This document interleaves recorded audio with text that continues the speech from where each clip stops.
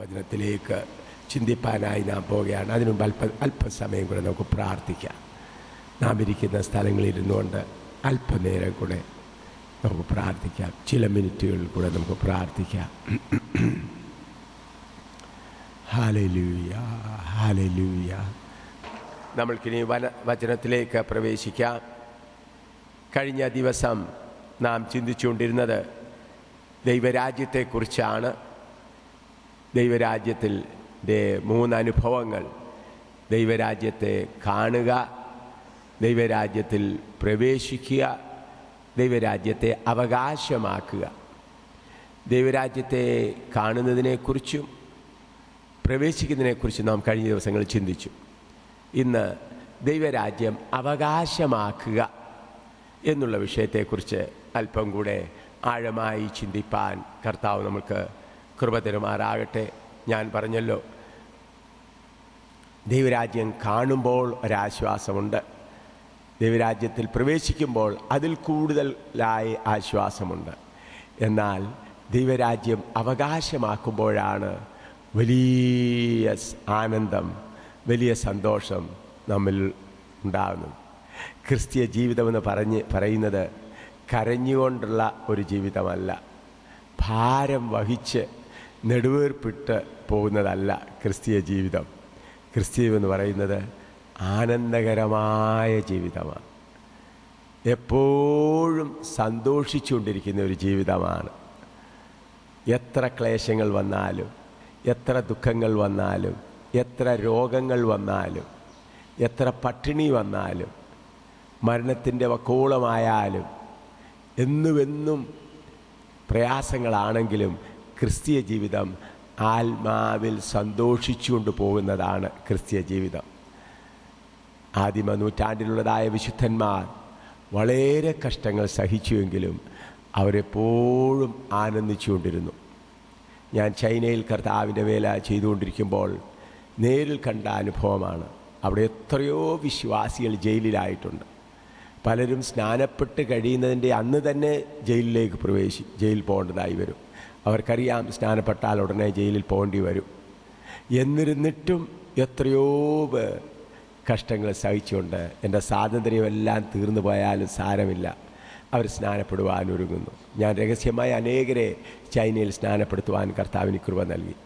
എത്ര പ്രയാസങ്ങൾ വന്നിട്ടും, എത്ര നഷ്ടങ്ങൾ വന്നിട്ടും വീണ്ടും അവരെന്തുമാത്രം സന്തോഷത്തോടാണ് കർത്താവിൻ്റെ സന്നിധിയിൽ മുൻപോട്ട് പോകുന്നത്. നിങ്ങളിപ്പോൾ ജമ്മു കാശ്മീരിലും വടക്കേ ഇന്ത്യയിൽ ഞങ്ങളുടെ ആ ഭാഗങ്ങളിൽ വന്നാൽ ഉപദ്രവങ്ങൾ സഹിച്ചുകൊണ്ട് വരുന്ന വിശ്വാസികളെ ധാരാളമായി കാണാം. ഞായറാഴ്ചയോ അല്ലെങ്കിൽ മറ്റൊരു ദിവസം ആരാധനയ്ക്ക് വരുമ്പോൾ എത്ര പ്രയാസത്തോടെയാണ് വരുന്നത്.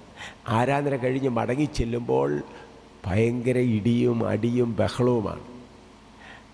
ഞങ്ങൾക്ക് ഡൽഹിയിലൊരു സഹോദരനുണ്ട്. ആ സഹോദരൻ്റെ ഭാര്യയാണ് അദ്ദേഹത്തെ ഉപദ്രവിക്കുന്നത്. അദ്ദേഹം ആരാധന കഴിഞ്ഞ് ചെല്ലുമ്പോൾ ഭാര്യ നല്ലപോലെ അടിക്കുകയും ഉപദ്രവിക്കുകയും എല്ലാം ചെയ്യും. ഭാര്യ താൻ ജോലി ചെയ്ത് കിട്ടുന്ന പണമെല്ലാം ഭാര്യയ്ക്ക് കൊണ്ട് കൊടുക്കും. എന്നാലും ഭാര്യ രക്ഷിക്കപ്പെട്ടില്ലാത്തതുകൊണ്ട് ഭയങ്കര ഉപദ്രവമാണ്.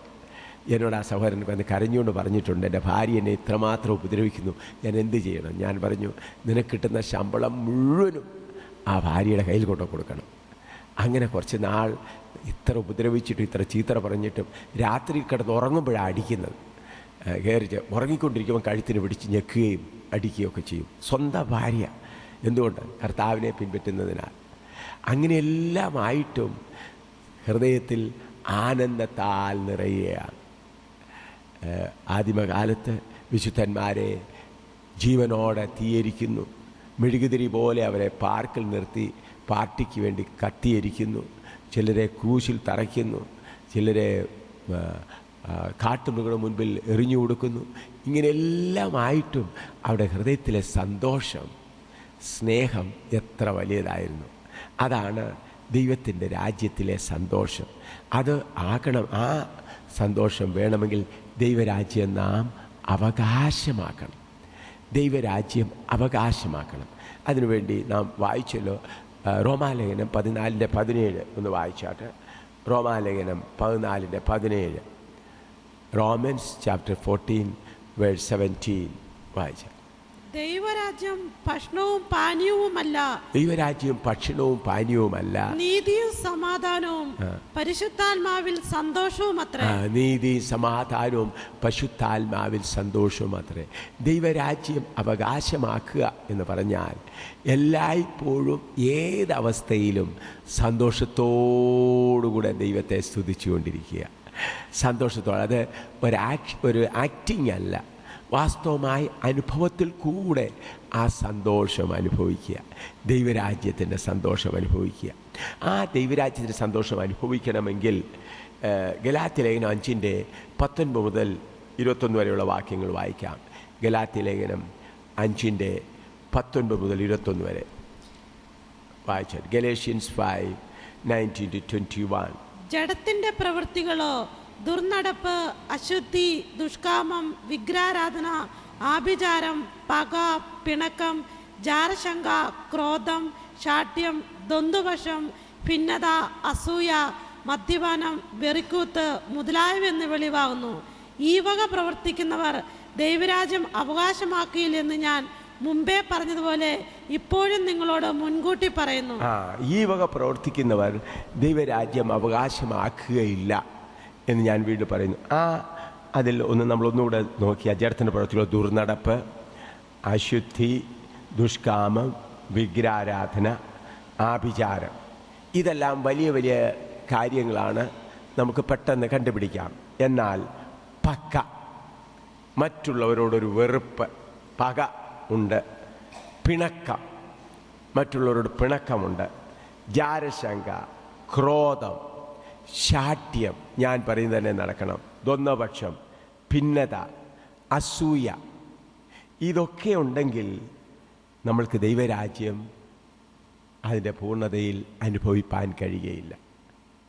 പലപ്പോഴും നാം വലിയ വലിയ പാപങ്ങളെ ഉപേക്ഷിച്ച് കളയും. എന്നാൽ ആരോടെങ്കിലും അല്പമെങ്കിലും പിണക്കമുണ്ടെങ്കിൽ, പ്രയാസമുണ്ടെങ്കിൽ, ആ കയ്പ് നമ്മുടെ ഹൃദയത്തിൻ്റെ ഒരു കോണിൽ നാം വെച്ചിരിക്കും.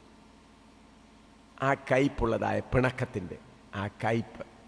അപ്പോൾ അവരെ കാണുമ്പോൾ, പിണക്കമുള്ള ആളുകളെ കാണുമ്പോൾ, നമ്മൾ സന്തോഷത്തോടെ യാത്ര ചെയ്യുകയാണ്, ചിരിച്ചുകൊണ്ടിരിക്കുകയാണ്. ആ പിണക്കമുള്ള ആടിനെ കാണുമ്പോഴത്തേക്ക് നമ്മുടെ മുഖം അങ്ങ് മാറിപ്പോകും. എന്താണ്? ആ പിണക്കത്തിന് നമ്മുടെ ഹൃദയത്തിൽ സ്ഥാനമുണ്ട്. ആ പിണക്കം.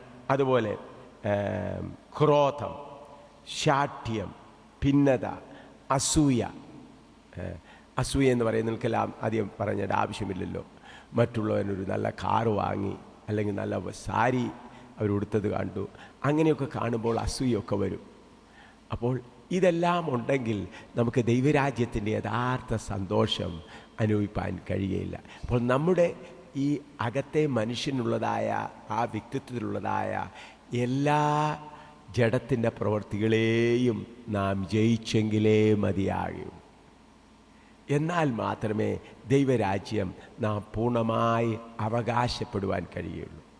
എത്ര പ്രയാസങ്ങൾ വന്നാലും, ഞാൻ എൻ്റെ ജീവിതത്തിൽ രോഗത്തിൻ്റെ എത്ര പ്രയാസങ്ങൾ അനുഭവിച്ചു, ഉപദ്രവങ്ങളുടെ എത്ര പ്രയാസങ്ങൾ അനുഭവിച്ചു, ഭീഷണിയുടെ, എന്നെ കൊല്ലുമെന്ന് പറഞ്ഞ് ജമ്മു കാശ്മീരിൽ എത്ര പ്രാവശ്യം എന്നെ കൊല്ലുന്നു. ഒരു പ്രാവശ്യം 10 ലക്ഷം പറഞ്ഞു, പിന്നെ ഒരു പ്രാവശ്യം 5 ലക്ഷം പറഞ്ഞു.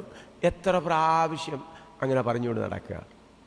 എന്നാൽ അപ്പോഴും എനിക്ക് അല്പം പോലും ഭയമില്ല. 20 പേരിൽ എന്നെ ഉപദ്രവിച്ച ജയിലിലൊക്കെ ഇട്ടപ്പം തിരുവല്ലായിക്കടുത്ത്, അവിടെയും അവർ പറഞ്ഞു എം ശ്യാമലിൻ്റെ കാലിന് 2 ലക്ഷം രൂപ, കൈക്ക് 2 ലക്ഷം രൂപ വീതം കൊടുക്കുമെന്നൊക്കെ പറഞ്ഞു. ഹിന്ദു മുന്നണിക്കാരറിയിച്ചു.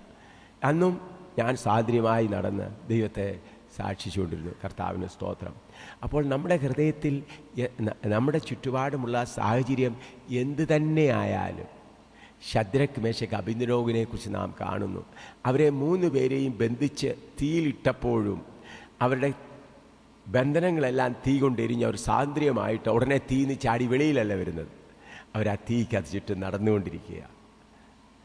കർത്താവ്, യഹോവയായ ദൈവം, നമ്മുടെ കർത്താവ് അവരുടെ മധ്യത്തിൽ ഇറങ്ങി വന്ന് അവരോട് നടന്നു.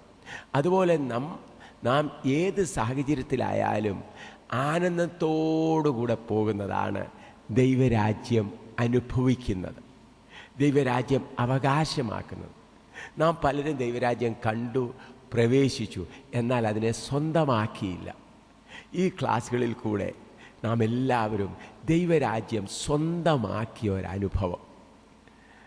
ദൈവരാജ്യം സ്വന്തമാക്കിയാൽ അമ്മായിയും മരുമോളും തമ്മിൽ ഒരു പ്രയാസവും പിന്നെ ഉണ്ടാകുകയില്ല. സന്തോഷത്തോടുകൂടെ ഇരിക്കും. അയൽവക്കത്തുകാർ എത്ര വഴക്ക് പറഞ്ഞാലും എത്ര മോശമായി പറഞ്ഞാലും നമുക്ക് പിന്നെ അത് ഭാരമല്ല. അവരെന്ത് വേണേ പറഞ്ഞോട്ടെ. അവർ നമ്മളെ എത്ര കുറ്റം പറഞ്ഞാലും, അവരെ നമ്മുടെ മുഖത്ത് നോക്കി അവർ മോശമായി പറഞ്ഞാലും, നാം ദൈവരാജ്യത്തെ അനുഭവിച്ചുകൊണ്ടിരിക്കുകയാണെങ്കിൽ വലിയ സന്തോഷമാണ്. ഈ ദൈവരാജ്യത്തെ അനുഭവിക്കുക എന്ന് പറഞ്ഞാൽ ദൈവരാജ്യത്തെ പശുദ്ധാത്മാവായി കാണിച്ചിരിക്കുന്നു. ആ പശുദ്ധാത്മാവ് ശുഭ്രമായ പളുങ്ക് പോലെയുള്ള നദിയാണ്. ആ നദിക്കുള്ളിൽ നാം കിടക്കുകയാണ്. ഇപ്പോൾ ഒരാൾ ആ നദിയിലേക്ക് ഈ ഭാരം, ഇത് വിചാരിച്ചൊരു 50 കിലോ ഭാരമുണ്ട്. 50 കിലോ ഭാരം എടുത്തുകൊണ്ട് ഈ നദിക്കുള്ളിലേക്ക് പോയി അങ്ങ് മുങ്ങിക്കഴിയുമ്പോൾ ഈ ഭാരം നമ്മുടെ തലയിൽ നിന്ന് അങ്ങ് മാറും. നമുക്ക് അല്പം പോലും ഭാരം തോന്നിക്കുകയില്ല. അപ്പോൾ നമ്മുടെ ഹൃദയത്തിൽ എത്ര ഭാരമായാലും, മക്കളെക്കുറിച്ചോ ഭർത്താവിനെക്കുറിച്ചോ വീടിനെക്കുറിച്ചോ ജോലിയെക്കുറിച്ചുള്ള ഭാരം നമ്മുടെ ഹൃദയത്തിലായിട്ട് നാം ആ പരിശുദ്ധാത്മ നദിയിലേക്കൊന്ന് ഇറങ്ങിക്കഴിയുമ്പോൾ, മുങ്ങിക്കഴിയുമ്പോൾ ആ പൂർണ്ണ ഭാരം നമ്മെ വിട്ടു മാറും. കർത്താവിന് സ്തോത്രം. എന്നാൽ പലർക്കും വരുന്ന ഒരു പ്രയാസം, അവർ ചിലർക്ക് നദി മുട്ടറ്റം വരെയുള്ളൂ, മുട്ടറ്റം വരെയുള്ള വെള്ളത്തിലേ ഇറങ്ങിയിട്ടുള്ളൂ.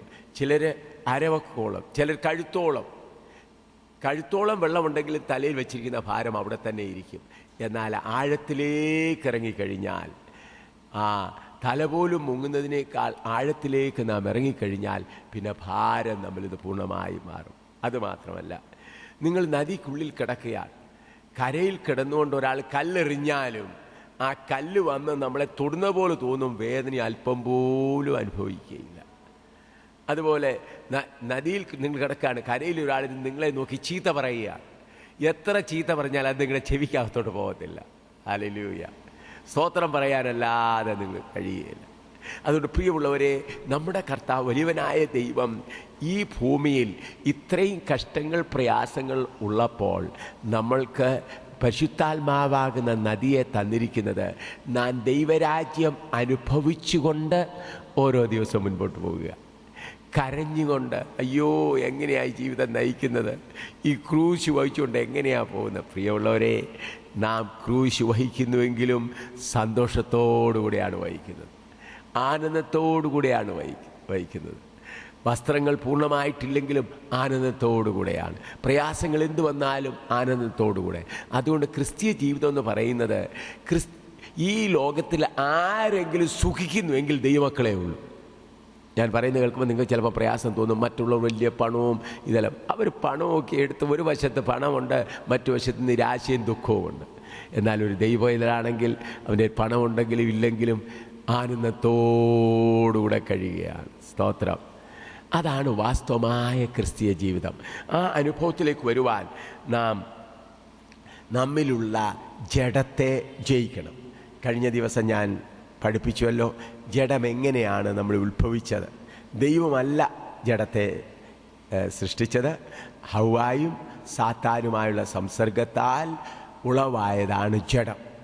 ആ ജഡത്തിനകത്താണ് ആ ജഡമാണ് നമ്മൾക്ക് ജയിക്കേണ്ടതായിട്ടുണ്ട്. ഗലാത്യർ 5:16-17 വായിച്ചാട്ട്. ഗലാത്യർ 5:16-17. ഗലേഷ്യൻസ് 5:16-17. ആത്മാവിനെ അനുസരിച്ച് നടപ്പിൻ, എന്നാൽ നിങ്ങൾ ജഡത്തിന്റെ മോഹം നിവർത്തിക്കുകയില്ലെന്ന് ഞാൻ പറയുന്നു. ആത്മാവിനെ അനുസരിച്ച് നടത്തിപ്പീൻ, എന്നാൽ നിങ്ങൾ ജഡത്തിന്റെ മോഹങ്ങളെ നിവർത്തിക്കയില്ല. ജഡാഭിലാഷം ആത്മാവിനും ആത്മാഭിലാഷം ജഡത്തിനും വിരോധമായിരിക്കുന്നു. നിങ്ങൾ ഇച്ഛിക്കുന്നത് ചെയ്യാതെ വണ്ണം അവ തമ്മിൽ പ്രതികൂലമല്ലോ. നമ്മിലെപ്പോഴും ജഡാഭിലാഷവും ആത്മാഭിലാഷവും തമ്മിലുള്ള യുദ്ധം നടന്നുകൊണ്ടിരിക്കുകയാണ്. നമുക്കെല്ലാവർക്കും ഞാൻ വിവരിച്ചു പറയാതെ അറിയാമല്ലോ. എല്ലാ ദൈവമക്കളും തങ്ങളുടെ ഉള്ളിൽ, ഞാൻ ഇന്നലെ റോമാലേഖനം 7-ാം അധ്യായം വായിച്ച് നാം പഠിച്ചല്ലോ, നാം നന്മ ചെയ്യുവാൻ ആഗ്രഹിക്കുന്നുവെങ്കിലും അറിയാത്ത തിന്മയാണ് നാം ചെയ്തു പോകുന്നത്. കാരണം നമ്മിൽ ജഡം വസിക്കുന്നതുകൊണ്ട്. ഇനി 1 യോഹന്നാൻ 2:15-16 കൂടെ വായിച്ചാൽ. 1 യോഹന്നാൻ 2:15-16 കൂടെ വായിച്ചാൽ. 1 John chapter 2 verse 15 and 16. 1 John chapter 2 verse 15 and 16. ലോകത്തെയും ലോകത്തിനുള്ളതിനെയും സ്നേഹിക്കരുത്. ഒരുവൻ ലോകത്തെ സ്നേഹിക്കുന്നുവെങ്കിൽ അവനിൽ പിതാവിൻ്റെ സ്നേഹമില്ല. ജഡമോഹം, കൺമോഹം, ജീവനത്തിൻ്റെ പ്രതാപം, ഇങ്ങനെ ലോകത്തിലുള്ളതെല്ലാം പിതാവിൽ നിന്നല്ല ലോകത്തിൽ നിന്നത്രേ ആകുന്നു. ഇവിടെ ഈ ചാർട്ടിലേക്ക് നിങ്ങളുടെ ശ്രദ്ധയെ ഞാൻ അല്പമായി ക്ഷണിക്കുകയാണ്. കാട്ടുമരമാകുന്ന കാട്ടൊലിവിൽ നിന്ന് മുറിച്ച് നമ്മളെ നല്ല ഒലിവിൽ ഒട്ടിച്ചിരിക്കുകയാണ്. നല്ല ഒലിവിൽ ഒട്ടിച്ചിരിക്കുകയാണെങ്കിലും നമ്മുടെ ജഡം നമ്മിലുണ്ട്. ഞാൻ കഴിഞ്ഞ ദിവസം പറഞ്ഞല്ലോ, ഒരു വിശ്വാസിയിൽ അകത്തെ പരിശുദ്ധാത്മാവ്, ദൈവത്തിൻ്റെ സ്വരൂപത്തിൽ സൃഷ്ടിക്കപ്പെട്ട പുതിയ മനുഷ്യൻ, അവൻ്റെ ആത്മാവ്, അവൻ്റെ പ്രാണൻ, അതോടുകൂടെ ജഡം. ഈ ജഡവും അതുപോലെ അവൻ്റെ ശരീരവും നമ്മിൽ ജഡമുള്ളത് കൊണ്ട് ഇവിടെ ഈ 3 വേരുകളെ നിങ്ങൾ കാണുന്നല്ലോ. 1, 2, 3. ഈ ആൽമരം നിങ്ങൾ കണ്ടിട്ടുണ്ടായിരിക്കും. ആൽമരത്തിൻ്റെ കൊമ്പുകളിൽ നിന്ന് വേര് വന്ന് താഴേക്ക് വരും. അതുപോലെ ദൈവമക്കളാകുന്ന നാം നമ്മുടെ ജഡത്തെ ജയിക്കുന്നില്ല എങ്കിൽ ജഡമോഹം, കൺമോഹം, ജീവനത്തിൻ്റെ പ്രതാപം എന്നുള്ള ആഗ്രഹങ്ങൾ ഓരോന്നോരോന്നായി വന്ന് ഭൂമിയുമായി ബന്ധപ്പെടുകയും പിന്നെ അതിൻ്റെ വേരുകൾ ആവശ്യമുള്ളത് കൂട്ടിയെടുക്കുകയും ചെയ്യും. എന്നാൽ ഈ വേരുകളില്ലെങ്കിൽ ഈ തായ് വേരിൽ നിന്ന് വരുന്നത് മാത്രമേ സ്വീകരിക്കുകയുള്ളൂ. അഥവാ കർത്താവായ യേശുക്രിസ്തുവിൽ കൂടെ ലഭിക്കുന്നത് മാത്രം. എന്നാൽ ദൈവമക്കളാകുന്ന നാം കർത്താവിൻ്റെ അടുക്കൽ വന്ന ശേഷം നമ്മുടെ ആഗ്രഹങ്ങളെ നാം നിയന്ത്രിക്കുന്നില്ല എങ്കിൽ, നമ്മുടെ ജഡത്തിൻ്റെ ഇച്ഛകളെ നാം നിയന്ത്രിക്കുന്നില്ല എങ്കിൽ, ഇതുപോലെ ജഡമോഹം, കൺമോഹം, ജീവനത്തിൻ്റെ പ്രതാപം, ഞാൻ ഇന്ന കുടുംബക്കാരൻ, നമ്മുടെ ജഡത്തിൻ്റെ ആഗ്രഹങ്ങൾ, കണ്ണിൻ്റെ ആഗ്രഹങ്ങൾ, ഇത് ഓരോന്നോരോന്നായി വന്ന് പിന്നെ ഇവിടുന്ന് ഒന്നും ലഭിച്ചില്ല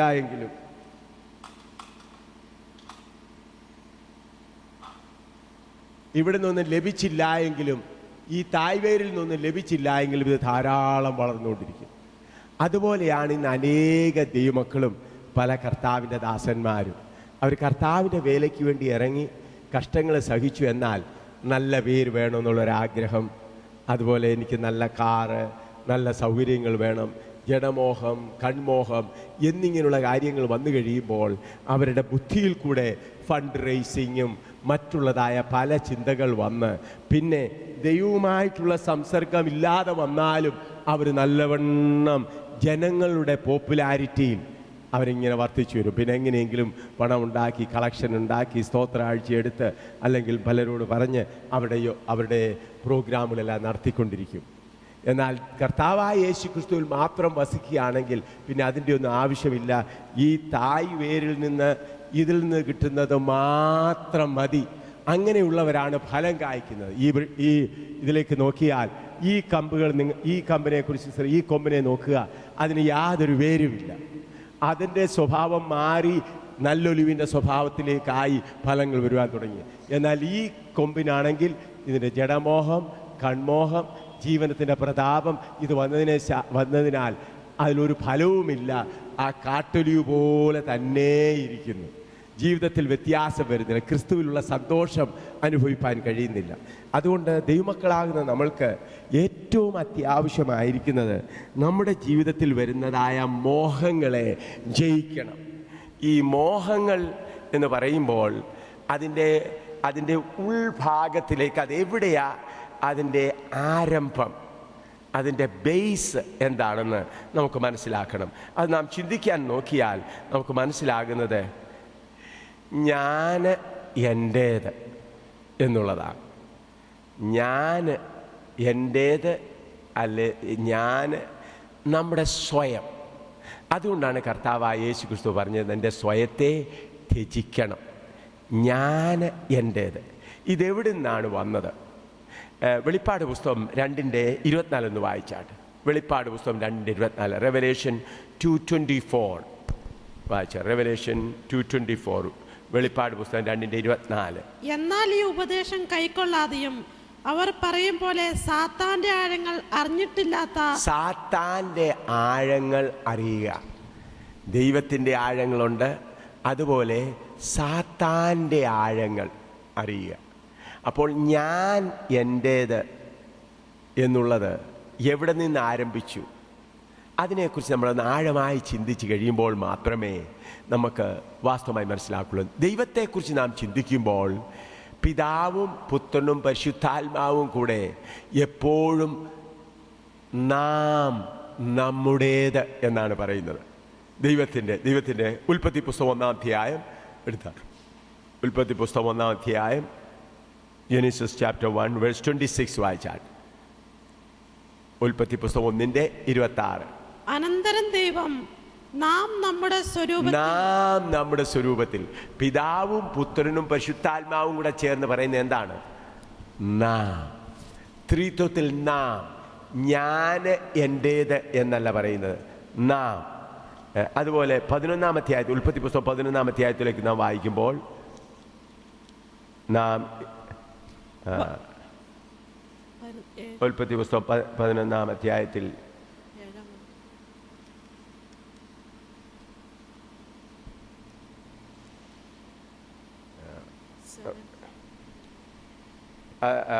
അധ്യായത്തിൻ്റെ 6-ാം വാക്യം, അതിൻ്റെ 7-ാം വാക്യം വായിച്ചാൽ, വരുവീൻ നാം ഇറങ്ങിച്ചെന്ന് അവർ തമ്മിൽ ഭാഷ തിരിച്ചറിയാതിരിപ്പാൻ. വരുവീൻ നാം ഇറങ്ങിച്ചെന്ന്.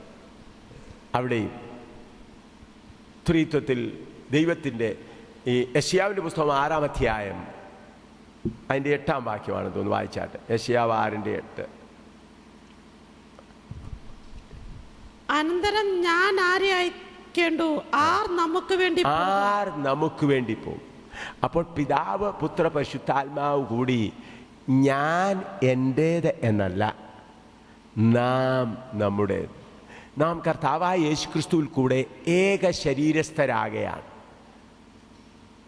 കാട്ടൊലിവാകുന്ന നമ്മെ കാട്ടൊലിയിൽ നിന്ന് മുറിച്ചെടുത്ത് നല്ലൊലിവാകുന്ന ക്രിസ്തുവിനോട് ഒട്ടിച്ച് നാം ഒരു ശരീരമായി തീരുകയാണ്. കർത്താവായ യേശുക്രിസ്തു തലയും നാം എല്ലാവരും തമ്മിൽ അവയവങ്ങളുമാണല്ലോ. റോമാലേഖനം 12:5 വായിച്ചാട്ട്. റോമാലേഖനം 12:5, റോമൻസ് 12:5.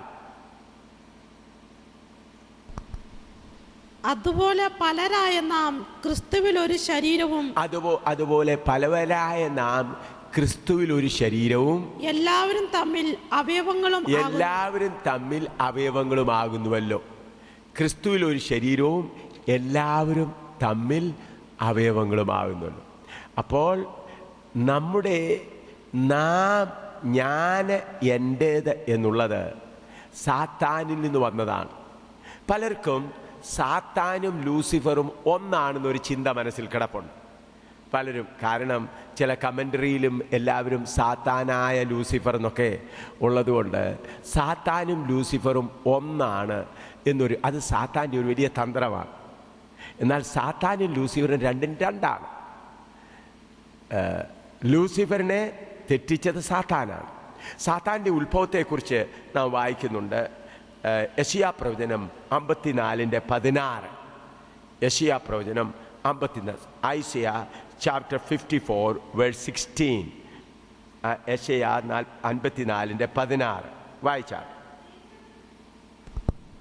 തീക്കനലൂതി പണി ചെയ്ത് ഓരോ ആയുധം തീർക്കുന്ന കൊല്ലനെ ഞാൻ സൃഷ്ടിച്ചിരിക്കുന്നു, നശിപ്പിപ്പാൻ സംഹാരകനെയും ഞാൻ സൃഷ്ടിച്ചിരിക്കുന്നു. നശിപ്പിക്കുവാൻ സംഹാരകനെയും ഞാൻ സൃഷ്ടിച്ചിരിക്കുന്നു. I have created the waster to destroy. യെശയ്യാവ് ആത്മാവിൽ കണ്ടെഴുതുകയാണ്. ദൈവം പറയാണ്, ഞാൻ നശിപ്പിക്കുവാൻ സംഹാരകനെയും സൃഷ്ടിച്ചിരിക്കുന്നു. I created the waster. ഇനിയും യെശയ്യാവ് 45:5-7 വരെ വായിച്ചാൽ, 45:5-7 വരെ. ഞാൻ യഹോവയാകുന്നു, മറ്റൊരുത്തനുമില്ല, ഞാനല്ലാതെ ഒരു ദൈവവുമില്ല. നീ എന്നെ അറിയാതിരിക്കെ ഞാൻ നിന്റെ അര മുറുക്കിയിരിക്കുന്നു. സൂര്യോദയത്തെങ്കിലും അസ്തമാനത്തെങ്കിലുമുള്ളവർ ഞാനല്ലാതെ മറ്റൊരുത്തനുമില്ല എന്നറിയേണ്ടതിന് തന്നെ ഞാൻ യഹോവയാകുന്നു, മറ്റൊരുത്തനുമില്ല. ഞാൻ പ്രകാശത്തെ നിർമ്മിക്കുന്നു, ഞാൻ പ്രകാശത്തെ നിർമ്മിക്കുന്നു, അന്ധകാരത്തെ സൃഷ്ടിക്കുന്നു. അന്ധകാരത്തെ സൃഷ്ടിക്കുന്നു, ഞാൻ നന്മയെ ഉണ്ടാക്കുന്നു, ഞാൻ നന്മയുണ്ടാക്കുന്നു, തിന്മയെയും സൃഷ്ടിക്കുന്നു. തിന്മയെയും സൃഷ്ടിക്കുന്നു. യഹോവയായ ഞാൻ ഇതൊക്കെയും ചെയ്യുന്നു. യഹോവയായ ഞാൻ ഇതൊക്കെയും ചെയ്യുന്നു. I form the light and create darkness. I make peace and create evil. I the Lord do all these things. ഞാൻ നന്മയുണ്ടാക്കുന്നു, തിന്മയെയും സൃഷ്ടിക്കുന്നു. യഹോവയായ ഞാൻ ഇതൊക്കെയും സൃഷ്ടിക്കുന്നു. അപ്പോൾ സാത്താനെ സൃഷ്ടിച്ചത് യഹോവയായ ദൈവമാണ്. സാത്താൻ തനിയെ ഉണ്ടായ ആളല്ല. സാത്താൻ വേറൊരു ശക്തിയല്ല, ദൈവത്താൽ സൃഷ്ടിക്കപ്പെട്ട ശക്തിയാണ്.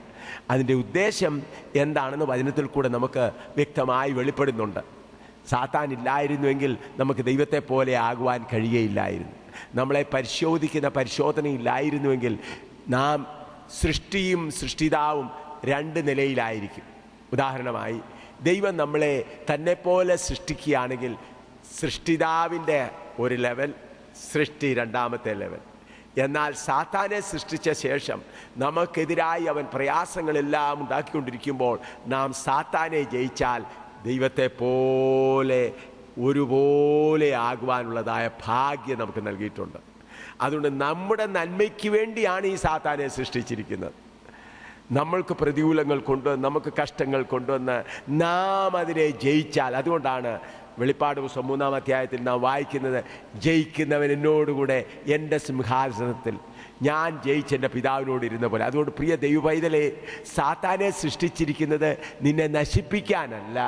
അവൻ നിന്നെ നശിപ്പിക്കാൻ വരുമ്പോൾ ദൈവത്തിൻ്റെ വചനത്തിൽ കൂടെ ആശ്രയിച്ച് അവനെ ജയിച്ച് നിൻ്റേത് അഥവാ എൻ്റേത് എന്നുള്ളത് വിട്ട് അതിന്മേൽ ജയം പ്രാപിക്കുക. ജയം പ്രാപിച്ചു കഴിയുമ്പോഴാണ് നാം ദൈവത്തെ പോലെയാകുവാൻ കഴിയുന്നത്. ഈ സാത്താൻ ആദ്യം വന്ന് ദൂതന്മാരുടെ കൂട്ടത്തെക്കുറിച്ച് നാം വായിക്കുമ്പോൾ 3 ഗ്രൂപ്പാണ് ഉണ്ടായിരുന്നത്. ഒന്ന് ലൂസിഫറിൻ്റെ കൂട്ടം. അവരായിരുന്നു ഭൂമിയുടെയും ഗ്രഹങ്ങളുടെയും എല്ലാ അഡ്മിനിസ്ട്രേഷൻ, കൺട്രോൾ, ഭരണകർത്താക്കളായിരുന്നു. രണ്ടാമത്തെ ഗ്രൂപ്പാണ് മിഖായേലിൻ്റെ ഗ്രൂപ്പാണ് യഹോവയുടെ സൈന്യം. മൂന്നാമത്തെ ഗ്രൂപ്പാണ് ഗബ്രിയേൽ, ദൈവത്തിൻ്റെ ദൂതകളുമായി പോകുന്നവർ. ഈ 3 ഗ്രൂപ്പിനെ സാത്താൻ പരിശോധിച്ചപ്പോൾ അതിൽ കൂടുതൽ അധികാരമുണ്ടായിരുന്നതായ ലൂസിഫറിൻ്റെ ഗ്രൂപ്പ് പിടിപെട്ടുപോയി. അത് യെശയ്യാ പ്രവചനത്തിൽ നാം വായിക്കുന്നു. യെശയ്യാ പ്രവചനം 14-ാം അധ്യായത്തിലേക്ക് ഒന്ന് വന്നാട്ട്. യെശയ്യാ പ്രവചനം 14:12 മുതൽ 14 വരെ. യെശയ്യാ പ്രവചനം അരുണോദയപുത്രനായ ശുക്ര. ഐസിയ ചാപ്റ്റർ 14 വേഴ്സ് 12 to 14 വായിച്ചാൽ. യെശയ്യാ 14:12 മുതൽ 14 വരെ. അരുണോദയപുത്രനായ ശുക്ര, നീ എങ്ങനെ ആകാശത്ത് നിന്ന് വീണു?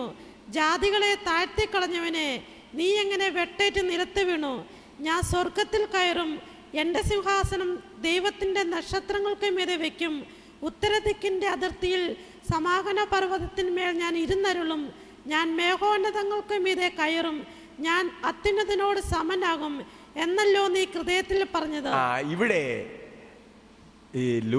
അരുണോദയ പുത്രനായ ശുക്ര എന്ന് മലയാളത്തിൽ എഴുതിയിരിക്കുമ്പോൾ അവിടെയാണ് ഇംഗ്ലീഷിൽ ലൂസിഫർ എന്നുള്ള ശബ്ദം ഉപയോഗിച്ചിരിക്കുന്നത്. മറ്റെങ്ങും ലൂസിഫർ എന്നുള്ള ശബ്ദം വരുന്നില്ല. ഇംഗ്ലീഷിൽ മാത്രം ലൂസിഫർ. അത് മലയാളത്തിൽ വന്നപ്പോൾ അരുണോദയ പുത്രനായ ശുക്ര എന്ന് പറയുകയാണ്.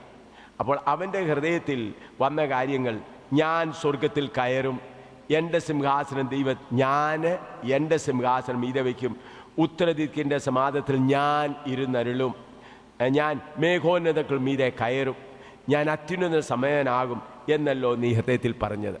അവിടെ 5 പ്രാവശ്യം ഞാൻ എൻ്റേത് എന്നുള്ളത് എടുത്ത് കാണിക്കുന്നുണ്ട്. ഈ ചിന്ത ലൂസിഫറിൻ്റെ ഹൃദയത്തിൽ ഇട്ടത് ആണ് സാത്താൻ. ഈ ലൂസിഫറിൻ്റെ ഹൃദയത്തിൽ ഇത് വരുന്നതിന് മുൻപേ ലൂസിഫർ നല്ലവനായിരുന്നു. എസെക്കിയേൽ പ്രവചനം 28-ാം അധ്യായത്തിൻ്റെ 12 മുതൽ 19 വരെ എന്ന് വായിച്ചാൽ. എസെക്കിയേൽ പ്രവചനം 28-ാം അധ്യായത്തിൻ്റെ 12 മുതൽ 19 വരെ എന്ന് വായിച്ചാൽ. എസെക്കിയേൽ ചാപ്റ്റർ 28 വേഴ്സ് 12 to 19 മനുഷ്യപുത്ര, നീ സോർ രാജാവിനെ കുറിച്ചൊരു വിലാപം തുടങ്ങി അവനോട് പറയേണ്ടത്. സോർ രാജാവിനെ കുറിച്ച് എന്ന് പറയുന്നു, എന്നാൽ വാസ്തവത്തിൽ കീഴ്പോട്ട് എഴുതിയിരിക്കുന്ന ഭാഗങ്ങൾ വായിക്കുമ്പോൾ ഒരു മനുഷ്യനെ കുറിച്ചല്ല, ഈ ഭൂമിയിൽ ഭരിക്കുന്ന ഒരു മനുഷ്യ രാജാവിനെ കുറിച്ചല്ല എന്ന് മനസ്സിലാവും. കീഴ്പോട്ട് വായിച്ചാൽ. നീ മാതൃകാ മുദ്രയായിരുന്നു, നീ ജ്ഞാനസമ്പൂർണനും സൗന്ദര്യ സമ്പൂർണനും തന്നെ. നീ ദൈവത്തിന്റെ തോട്ടമായ ഏദനിലായിരുന്നു. താമ്രമണി, പീതരത്നം, വജ്രം, പുഷ്പരാഗം, ഗോമേതകം, സൂര്യകാന്തം, നീലക്കല്ല്, മാണിക്യം, മരതകം മുതലായ സകല രത്നങ്ങളും നിന്നെ മൂടിയിരുന്നു. നിന്നെ തീർത്ത നാളിൽ നിന്നുള്ള തടങ്ങളുടെയും കൂടുകളുടെയും പണി പൊന്നുകൊണ്ടുള്ളതായിരുന്നു. നീ ചിറക് വിടർത്ത് മറയ്ക്കുന്ന അഭിഷിക്ത കെരൂപായിരുന്നു. ഞാൻ നിന്നെ വിശുദ്ധ ദേവപർവ്വതത്തിൽ ഇരുത്തിയിരുന്നു. നീ അഗ്നിമയ രഥങ്ങളുടെ മധ്യേ സഞ്ചരിച്ചു പോന്നു. നിന്നെ സൃഷ്ടിച്ച നാൾ മുതൽ നിങ്ങൾ നീതികേട് കണ്ടതുവരെ നീ നടപ്പിൽ നിഷ്കളങ്കനായിരുന്നു. നിന്റെ വ്യാപാരത്തിന്റെ പെരുപ്പം നിമിത്തം നിന്റെ അന്തർഭാഗം സാഹസം കൊണ്ട് നിറഞ്ഞു. നീ പാപം ചെയ്തു. അതുകൊണ്ട് ഞാൻ നിന്നെ അശുദ്ധനെന്നെണ്ണി ദേവപർവ്വതത്തിൽ നിന്ന് തള്ളിക്കളഞ്ഞു. മറയ്ക്കുന്ന കെരൂബേ, ഞാൻ നിന്നെ അഗ്നിമയ രഥങ്ങളുടെ മധ്യത്തിൽ നിന്ന് മുടിച്ചു കളഞ്ഞു. നിന്റെ സൗന്ദര്യം നിമിത്തം നിന്റെ ഹൃദയം ഗർവിച്ചു. നിന്റെ പ്രഭ നിമിത്തം നീ നിന്റെ ജ്ഞാനത്തെ വഷളാക്കി. ഞാൻ നിന്നെ നിലത്ത് തള്ളിയിട്ടു. രാജാക്കന്മാർ നിന്നെ കണ്ട് രസിക്കത്തക്കവണ്ണം നിന്നെ അവരുടെ മുമ്പിൽ ഇട്ടുകളഞ്ഞു.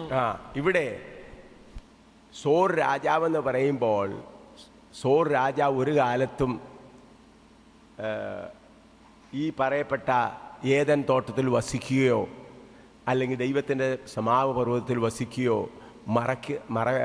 ദൈവത്തിൻ്റെ സിംഹാസനത്തെ മറയ്ക്കുന്ന കെരൂബോ ആയിരുന്നില്ല. സോർ രാജാവെന്ന് പറയുമ്പോൾ സോർ രാജാവിൻ്റെ പിൻപിൽ നിൽക്കുന്ന അഡ്മിനിസ്ട്രേറ്റീവ് പവേഴ്സ്, അതിൻ്റെ ശക്തി, ആ ലോകത്തെ മുഴുവനും ഭരിച്ചുകൊണ്ടിരുന്ന ലൂസിഫറിൻ്റെ കൂട്ടമാണ്. അവിടെ അതിൻ്റെ 15-ാം വാക്യം വായിക്കുമ്പോൾ, നിന്നെ സൃഷ്ടിച്ച നാൾ മുതൽ നിങ്ങൾ നീതിയേട് കണ്ടതുവരെ നീ നടപ്പിൽ നിഷ്കളങ്കനായിരുന്നു. അപ്പോൾ ലൂസിഫറിന് ഒരു നല്ല സമയമുണ്ടായിരുന്നു. അവൻ ദൈവത്തിൻ്റെ പർവ്വതത്തിലായിരുന്നു. അവനെക്കുറിച്ച് നാം വായിക്കുമ്പോൾ, നീ ചിറക് വിടർത്തി മറയ്ക്കുന്ന കെരൂബാകുന്നു. ഞാൻ നിന്നെ വിശുദ്ധ ദേവപർവ്വതത്തിൽ ഇരുത്തിയിരുന്നു. നീ അഗ്നിമയ രഥങ്ങളുടെ മധ്യേ സഞ്ചരിച്ചു പോകും. എന്നാൽ നിന്നെ സൃഷ്ടിച്ച നാൾ മുതൽ നിങ്ങൾ നീതിയേട് കണ്ടതുവരെ നീ നടപ്പിൽ നിഷ്കളങ്കനായിരുന്നു. എന്നാൽ സാത്താനെക്കുറിച്ച് നാം വായിക്കുമ്പോൾ, യോഹന്നാൻ്റെ സുവിശേഷം 8:44 വായിച്ചാൽ, ജോൺ 8:44, യോഹന്നാൻ 8:44 സാത്താനെക്കുറിച്ച് കർത്താവായ യേശു ക്രിസ്തു പറയുന്നു, നിങ്ങൾ പിശാചെന്ന പിതാവിന്റെ മക്കൾ, നിങ്ങളുടെ പിതാവിന്റെ മോഹങ്ങളെ ചെയ്യുവാനും ഇച്ഛിക്കുന്നു. അവൻ ആദ്യം മുതൽ കുലപാതകനായിരുന്നു. ഇവിടെ സാത്താനെ കുറിച്ച് പറയുമ്പോൾ അവൻ ആദ്യം മുതൽ കുലപാതകനായിരുന്നു. ലൂസിഫറിനെ കുറിച്ച് പറയുമ്പോൾ, നിന്നെ സൃഷ്ടിച്ച നാൾ മുതൽ നിന്നിൽ അകൃത്യം കണ്ടതുവരെ നീ നിന്റെ നടപ്പിൽ നിഷ്കളങ്കനായിരുന്നു. എന്നാൽ സാത്താനെ കുറിച്ച് പറയുമ്പോൾ നീ ആദ്യം മുതൽ അവൻ എന്താണ്? കുലപാതകൻ. ഇനി 1 യോഹന്നാൻ 3:8 കൂടെ വായിച്ചാൽ, 1 John chapter 3:8, 1 യോഹന്നാൻ 3:8, 1 യോഹന്നാൻ 3:8 വായിച്ചാൽ, 1 John 3:8. പാപം ചെയ്യുന്നവൻ പിശാചിന്റെ മകനാവുന്നു. പിശാച് ആദ്യം മുതൽ പാപം ചെയ്യുന്നുവല്ലോ. പിശാച് ആദ്യം മുതൽ പാപം ചെയ്യുന്നുവല്ലോ. അപ്പൊ ലൂസിഫർ ആദ്യം മുതൽ പാപം ചെയ്യുന്നില്ലായിരുന്നു. പിശാച് ആദ്യം മുതൽ പാപം ചെയ്യുന്നു. അതുപോലെ സാത്താന്റെ പേരുകളെ കുറിച്ച് പുസ്തകത്തിൽ കൊടുത്തിട്ടുണ്ട്. വെളിപ്പാട് പുസ്തകം 12:9 എന്ന് വായിച്ചാൽ, വെളിപ്പാട് പുസ്തകം 12:9, റെവലേഷൻ ചാപ്റ്റർ 12:9, സാത്താന്റെ പേരുകളെ കുറിച്ച്.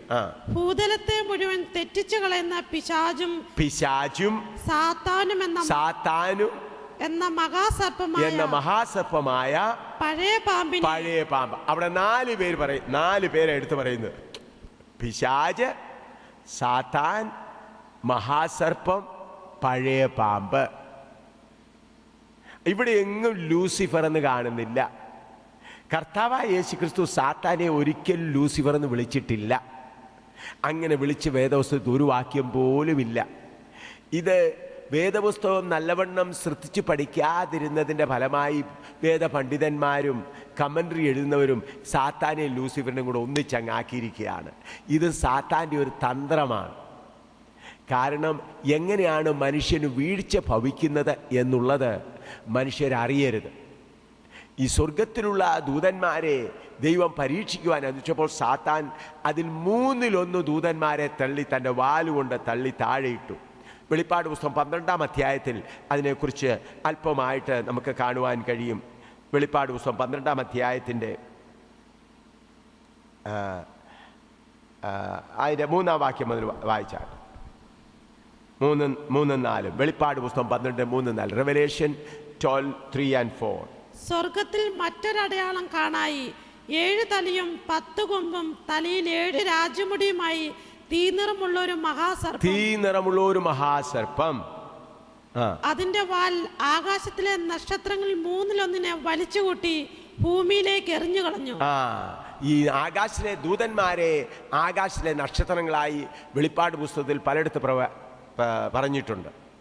അപ്പോൾ ദൂതന്മാരുടെ കൂട്ടത്തിൽ 1/3 ഈ സാത്താൻ അവൻ്റെ അവകാശമാക്കി. ഗബ്രിയേലിൻ്റെ ഗ്രൂപ്പ്, മിഖായേലിൻ്റെ ഗ്രൂപ്പ് അവൻ്റെ കൈവശം വന്നില്ല. എന്നാൽ രാജ്യങ്ങളെ ഭരിച്ച് വലിയ അഡ്മിനിസ്ട്രേഷൻ നടത്തിക്കൊണ്ടിരുന്ന സൈന്യമാകുന്ന ലൂസിഫറിൻ്റെ കൂട്ടം സാത്താൻ്റെ പിടിയിൽപ്പെട്ടു. എങ്ങനെയാണ്? സാത്താൻ വന്ന് അവനോട് പറഞ്ഞു കൊടുത്തു. അത് വ്യക്തമായി വേദപുസ്തകത്തിൽ അങ്ങനെ എഴുതിയിട്ടില്ലെങ്കിലും ആത്മാവിൽ കൂടെ വിവേചിച്ച് പഠിക്കുമ്പോൾ നമുക്ക് മനസ്സിലാകും. നീ മനസ്സിൽ പറഞ്ഞല്ലോ, ഞാൻ എൻ്റെ സിംഹാസനം ദൈവത്തിൻ്റെ സിംഹാസനം മുന്നേക്കാൾ ഉയർത്തും, ഞാൻ അത്യുന്നതന് സമനാകും, ഞാൻ എൻ്റേത് എന്നുള്ളത് കൊണ്ട്. ഇതേ പ്രകാരമാണ് ഹവ്വായെ വഞ്ചിക്കാൻ ഇതേ തന്ത്രം സാത്താൻ ഉപയോഗിച്ചത്. അതാണ് നമുക്ക് ഉൽപ്പത്തി പുസ്തകം 3-ാം അധ്യായത്തിലേക്ക് ഒന്ന് വന്നാട്ട് അവിടെ നിന്നും ഇതേ രീതിയിലുള്ളതായ കാര്യമാണ് അവിടെ കൊണ്ടുവന്നിരിക്കുന്നത്. ഉൽപ്പത്തി പുസ്തകം 3-ാം അധ്യായം അതിൻ്റെ 4-ാം വാക്യം വായിച്ചാൽ 4-5 വായിച്ചാൽ, പാമ്പ് സ്ത്രീയോട് നിങ്ങൾ മരിക്കയില്ല നിശ്ചയം, അത് തിന്നുന്ന നാളിൽ നിങ്ങളുടെ കണ്ണ് തുറക്കുകയും നിങ്ങൾ നന്മ തിന്മകളെ അറിയുന്നവരായി ദൈവത്തെ പോലെ ആകുകയും ചെയ്യും. നിങ്ങൾ നന്മ തിന്മകളെ അറിയുന്നവരായി ദൈവത്തെ പോലെ ആകും. ലൂസിഫറിന്റെ ഗ്രൂപ്പിന്റെ ഉള്ളിലും ലൂസിഫറിന്റെ വെള്ളത്തിലും വന്ന എന്താണ്? ഞാൻ അത്യുന്നതന് സമനാകും. അപ്പോൾ നമ്മുടെ ഉള്ളിൽ ഈ ഇച്ഛകൾ കൊണ്ടുവരുന്ന സാത്താൻ ആണെന്ന് മനസ്സിലാക്കിയെങ്കിൽ മാത്രമേ നമ്മൾക്കതിന്മേൽ ജയിക്കുവാൻ കഴിയുകയുള്ളൂ. അങ്ങനെയാണ് ആ ഹവ്വായിൽ ജഡം ഉത്ഭവിക്കാനിടയായത്. അവളിൽ ആഗ്രഹം വന്നപ്പോൾ ജഡം ഉത്ഭവിച്ചു. അപ്പോൾ സാത്താൻ വേറെയാണ്, സാത്താൻ്റെ കീഴിലാണ് ലൂസിഫർ. ലൂസിഫർ ഇന്നും സാത്താൻ്റെ അധീനത്തിലിരിക്കുന്നു. സകല അഡ്മിനിസ്ട്രേഷനും ലൂസിഫറിൻ്റെ കയ്യിലാണ്. ലൂസിഫർ തന്നെയാണ് അഡ്മിനിസ്ട്രേഷനെല്ലാം, രാജ്യങ്ങളെ ഭരിക്കുന്നതും ഓരോ രാജ്യത്തിൻ്റെ കാര്യങ്ങളും മറ്റതെല്ലാം വാഴ്ചകളും അധികാരങ്ങളും സ്വർലോകങ്ങളെ ദുഷ്ടാത്മസേനയും ഇതെല്ലാം ലൂസിഫറിൻ്റെ കീഴിലാണുള്ളത്. അവരുടെ ആ ഭരണത്തെക്കുറിച്ച് അത് നമ്മൾക്കിപ്പോൾ ആഴമായി ചിന്തിക്കാൻ അഥവാ നമ്മൾക്ക് നാളെ സമയം ലഭിച്ചുവെങ്കിൽ അതിനെക്കുറിച്ച് സാത്താൻ്റെ ഭരണകൂടം എങ്ങനെയാണെന്നുള്ളത് നമുക്ക് ചിന്തിക്കുവാൻ സമയം നമുക്കെടുക്കുവാൻ കഴിയും. എന്നാൽ ഇപ്പോൾ നമുക്ക് അത്യാവശ്യമായിരിക്കുന്നത് ദൈവരാജ്യം അനുഭവിക്കുക എന്നുള്ളതാണ്. അത് കഴിഞ്ഞ് സാത്താൻ്റെ കാര്യങ്ങൾ, സാത്താനോടുള്ള യുദ്ധത്തെ എങ്ങനെയാണ് നമ്മൾ മല്ലയുദ്ധം ചെയ്യേണ്ടത്. എനിക്ക് ദൈവകൃപയാൽ ഈ സാത്താൻ്റെ ശക്തിയോട് നേരിട്ട് പോരാടുവാൻ ദൈവം കൃപ ചെയ്തു. അതുപോലെ ലൂസിഫറിനോട് വ്യക്തിത്വമായി നേരിട്ട് നിങ്ങളെ കാണുന്നത് പോലെ ലൂസിഫറിനെ നേരിൽ കണ്ട് പല പ്രാവശ്യം യുദ്ധം ചെയ്യുവാൻ കർത്താവ് എനിക്ക് അവസരം തന്നിട്ടുണ്ട്. അതുപോലെ ഓരോ രാജ്യത്തിൻ്റെ ശക്തികളെയും ഞാൻ അതുകൊണ്ട് ഊഹാഭോഗമായിട്ട് കല്ലെറിയുകയല്ല. ദൈവകൃപയാൽ ദൈവവചനത്തിൻ്റെ ആഴങ്ങളിൽ കൂടെ സാത്താൻ്റെ ആഴങ്ങളെക്കുറിച്ച് പഠിക്കുവാൻ ദൈവം എനിക്ക് കൃപ തന്നു. അനുഭവിച്ചറിയുവാൻ, പ്രാക്ടിക്കലും ആയി അത് അനുഭവിച്ചറിയുവാൻ. ഞാൻ ആരുടെയെങ്കിലും കഥ കേട്ടിട്ട് പറയുകയല്ല, അത് നേരിട്ട് അനുഭവിച്ചിട്ടാണ് ഈ കാര്യങ്ങൾ പറയുന്നത്. ഇവിടെ വന്നപ്പോഴും ഈ പ്രദേശത്തെ ശക്തികൾ എത്ര ശക്തിയോടെ ആക്രമിക്കാൻ വന്നുകൊണ്ടിരുന്നു. അതുകൊണ്ടാണ് ഞങ്ങൾ ഇവിടുന്ന് അപ്പുറത്തൊരുത്ത് ദൂരെ താമസിച്ചിരുന്നു. അവിടുന്ന് ഇതിനടുത്ത് തന്നെ മീറ്റിംഗ് എടുക്കുന്ന സ്ഥലത്ത് തന്നെ വന്ന് താമസിക്കാം. അവിടെ ഞങ്ങൾക്ക് സൗകര്യമുണ്ട്, റൂമുകൾ ധാരാളമുണ്ട്, പ്രയാസങ്ങളൊന്നുമില്ലായിരുന്നു. അവിടെ ഞങ്ങൾക്ക് ബുദ്ധിമുട്ടുണ്ടായിട്ടല്ല ഇങ്ങോട്ട് വന്നത്. എന്നാൽ യുദ്ധത്തെ ഒരു കാര്യം മാത്രം ഓർത്താണ് ഇങ്ങോട്ട് വന്നത്. ഇവിടെ വന്ന് മീറ്റിംഗ് നടത്തി പ്രസംഗിച്ചിട്ട് പോയാൽ മാത്രം പോരാ, യുദ്ധം ചെയ്ത് ജയിച്ചിട്ട് പോകണം. ശരിയായി സാത്താനുമായിട്ട് യുദ്ധം ചെയ്ത് മുൻപ് പോകണം എന്നുള്ള താല്പര്യം കൊണ്ട് മാത്രമാണ് ഞങ്ങളെല്ലാവരും കൂടി ഇങ്ങോട്ട് വന്ന്, കൃപയാൽ പ്രിയ സഹോദരൻ തൻ്റെ വീട് ഞങ്ങൾക്ക് തന്നു. ഞാനും എൻ്റെ ഭാര്യയും ചില സഹോദരിമാരും അവിടെ വിശ്രമിക്കുന്നു. മറ്റുള്ള കർത്താവിൻ്റെ ദാസന്മാരും കുറച്ച് സഹോദരിമാരും കുറച്ച് പേര് ഇവിടെ വിശ്രമിക്കുന്നു. കർത്താവിന് സ്തോത്രം. എങ്ങനെയെങ്കിലും ഞങ്ങളുടെ പ്രിയപ്പെട്ടവർ അവരുടെ വീട് ഞങ്ങൾക്ക് നല്ലപോലെ സുഖമായി താമസിക്കുന്ന അറ്റാച്ച്ഡ് ബാത്റൂം, എല്ലാ നല്ല സൗകര്യങ്ങളും ഞങ്ങൾക്ക് അവിടെ നൽകിയിട്ടുണ്ട്. കർത്താവിന് സ്തോത്രം. എന്നാൽ കൂടെയുള്ള എൻ്റെ സഹോദരന്മാർ ഇവിടെ താമസിക്കുന്നവർ വളരെ ബുദ്ധിമുട്ടോടുകൂടെയാണ് താമസിക്കുന്നതെന്ന് ഞാൻ അറിയുന്നു. എങ്കിലും അത് വലിയ കാര്യമല്ല, ഇത്രയും സൗകര്യങ്ങളുണ്ടല്ലോ. കർത്താവിന് സ്തോത്രം. എങ്ങനെയെങ്കിലും ഈ സാത്താന്യ ശക്തികളോട് പൂർണ്ണമായി പോരാടി ജയിച്ച് മുൻപോട്ട് പോകണം. അപ്പോൾ നമ്മൾക്കിന്ന് പ്രത്യേകമായി ചിന്തിക്കേണ്ടത് സാത്താൻ്റെ ശക്തികളെ ജയിപ്പാനായി നാം എപ്രകാരം മുൻപോട്ട് പോകണം. ഫിലിപ്പിയ ലേഖനം 2:12 ഒന്ന് വായിച്ചാട്ട്. ഫിലിപ്പിയ ലേഖനം 2:12, ഫിലിപ്പിയൻസ് 2:12 ഒന്ന് വായിച്ചാൽ. എന്നാൽ നിങ്ങളുടെ വസ്തുത അറിഞ്ഞിട്ട്, ഫിലിപ്പിയ ലേഖനം 2:12, അതുകൊണ്ട് പ്രിയമുള്ളവരെ, നിങ്ങൾ എല്ലായ്പ്പോഴും അനുസരിച്ചതുപോലെ ഞാൻ അരികത്തിരിക്കുമ്പോൾ മാത്രമല്ല, ഇന്ന് ദൂരത്തിരിക്കുമ്പോൾ ഏറ്റവും അധികമായി ഭയത്തോടും വിറയലോടും കൂടെ നിങ്ങളുടെ രക്ഷയ്ക്കായി പ്രവർത്തിപ്പീൻ. ഭയത്തോടും വിറയലോടും കൂടെ നിങ്ങളുടെ രക്ഷയ്ക്കായി പ്രവർത്തിപ്പീൻ.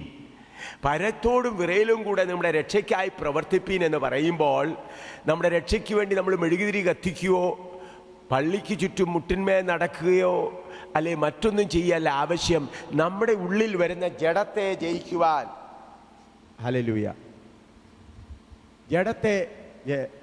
ജഡത്തെ ജയിക്കുവാനായി ഈ ആഗ്രഹങ്ങളാകുന്ന വേരുകൾ വരാതെ ഇരിപ്പാൻ, ഈ നമ്മുടെ ഉള്ളിലുള്ളതായ ഞാൻ എൻ്റേത് എന്നുള്ള കാര്യങ്ങൾ ഞാൻ എൻ്റേത്, എൻ്റെ മക്കൾ, എൻ്റെ ഭർത്താവ്, എൻ്റെ വീട്, എൻ്റേത്, ഞാൻ എൻ്റേത് എന്നുള്ളത്, ഇതിനെ എല്ലാ ദൈവമക്കളും ജയിച്ചേ മതിയാകെയുള്ളൂ.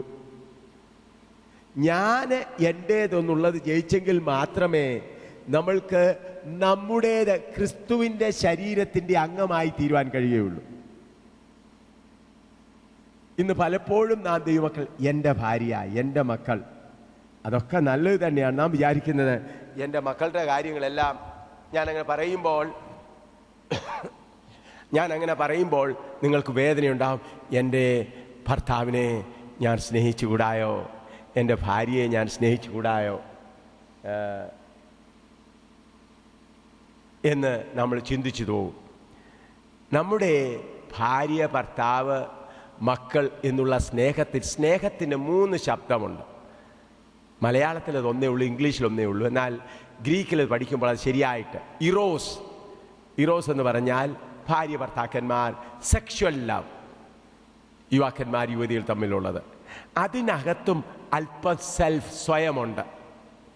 അതുപോലെ അപ്പനമ്മമാർ മക്കൾ തമ്മിലുള്ള സ്നേഹം, ഫിലയോ,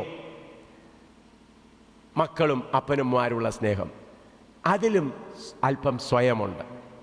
എന്നാൽ യഥാർത്ഥ സ്നേഹം എന്ന് പറഞ്ഞാൽ ലവ് ഓഫ് ഗാഡ്, അഗാപ്പെ, അതിൽ അല്പം പോലും സ്വയമില്ല. അതാണ് ദൈവസ്നേഹം. ഇപ്പോൾ അപ്പനമ്മമാരും മക്കളെ വളരെ സ്നേഹിക്കുന്നു. എന്നാൽ മക്കൾ അതിനനുസരിച്ച് സ്നേഹത്തെ പ്രതികരിക്കുന്നില്ലെങ്കിൽ ക്രമേണ ആ സ്നേഹം കുറഞ്ഞ് പിന്നെ വൈരാഗ്യം ഉണ്ടാവും. എന്നാൽ അഗാപ്പെ സ്നേഹം എന്ന് പറഞ്ഞാൽ സ്നേഹത്തിന് അതിനുമായി പ്രതികരിച്ചില്ല എങ്കിലും എത്ര എതിരായി പറഞ്ഞാലും ആ സ്നേഹം നിത്യ സ്നേഹമായിരിക്കും. എൻ്റെ ഭാര്യ ഇവിടെയുണ്ട്.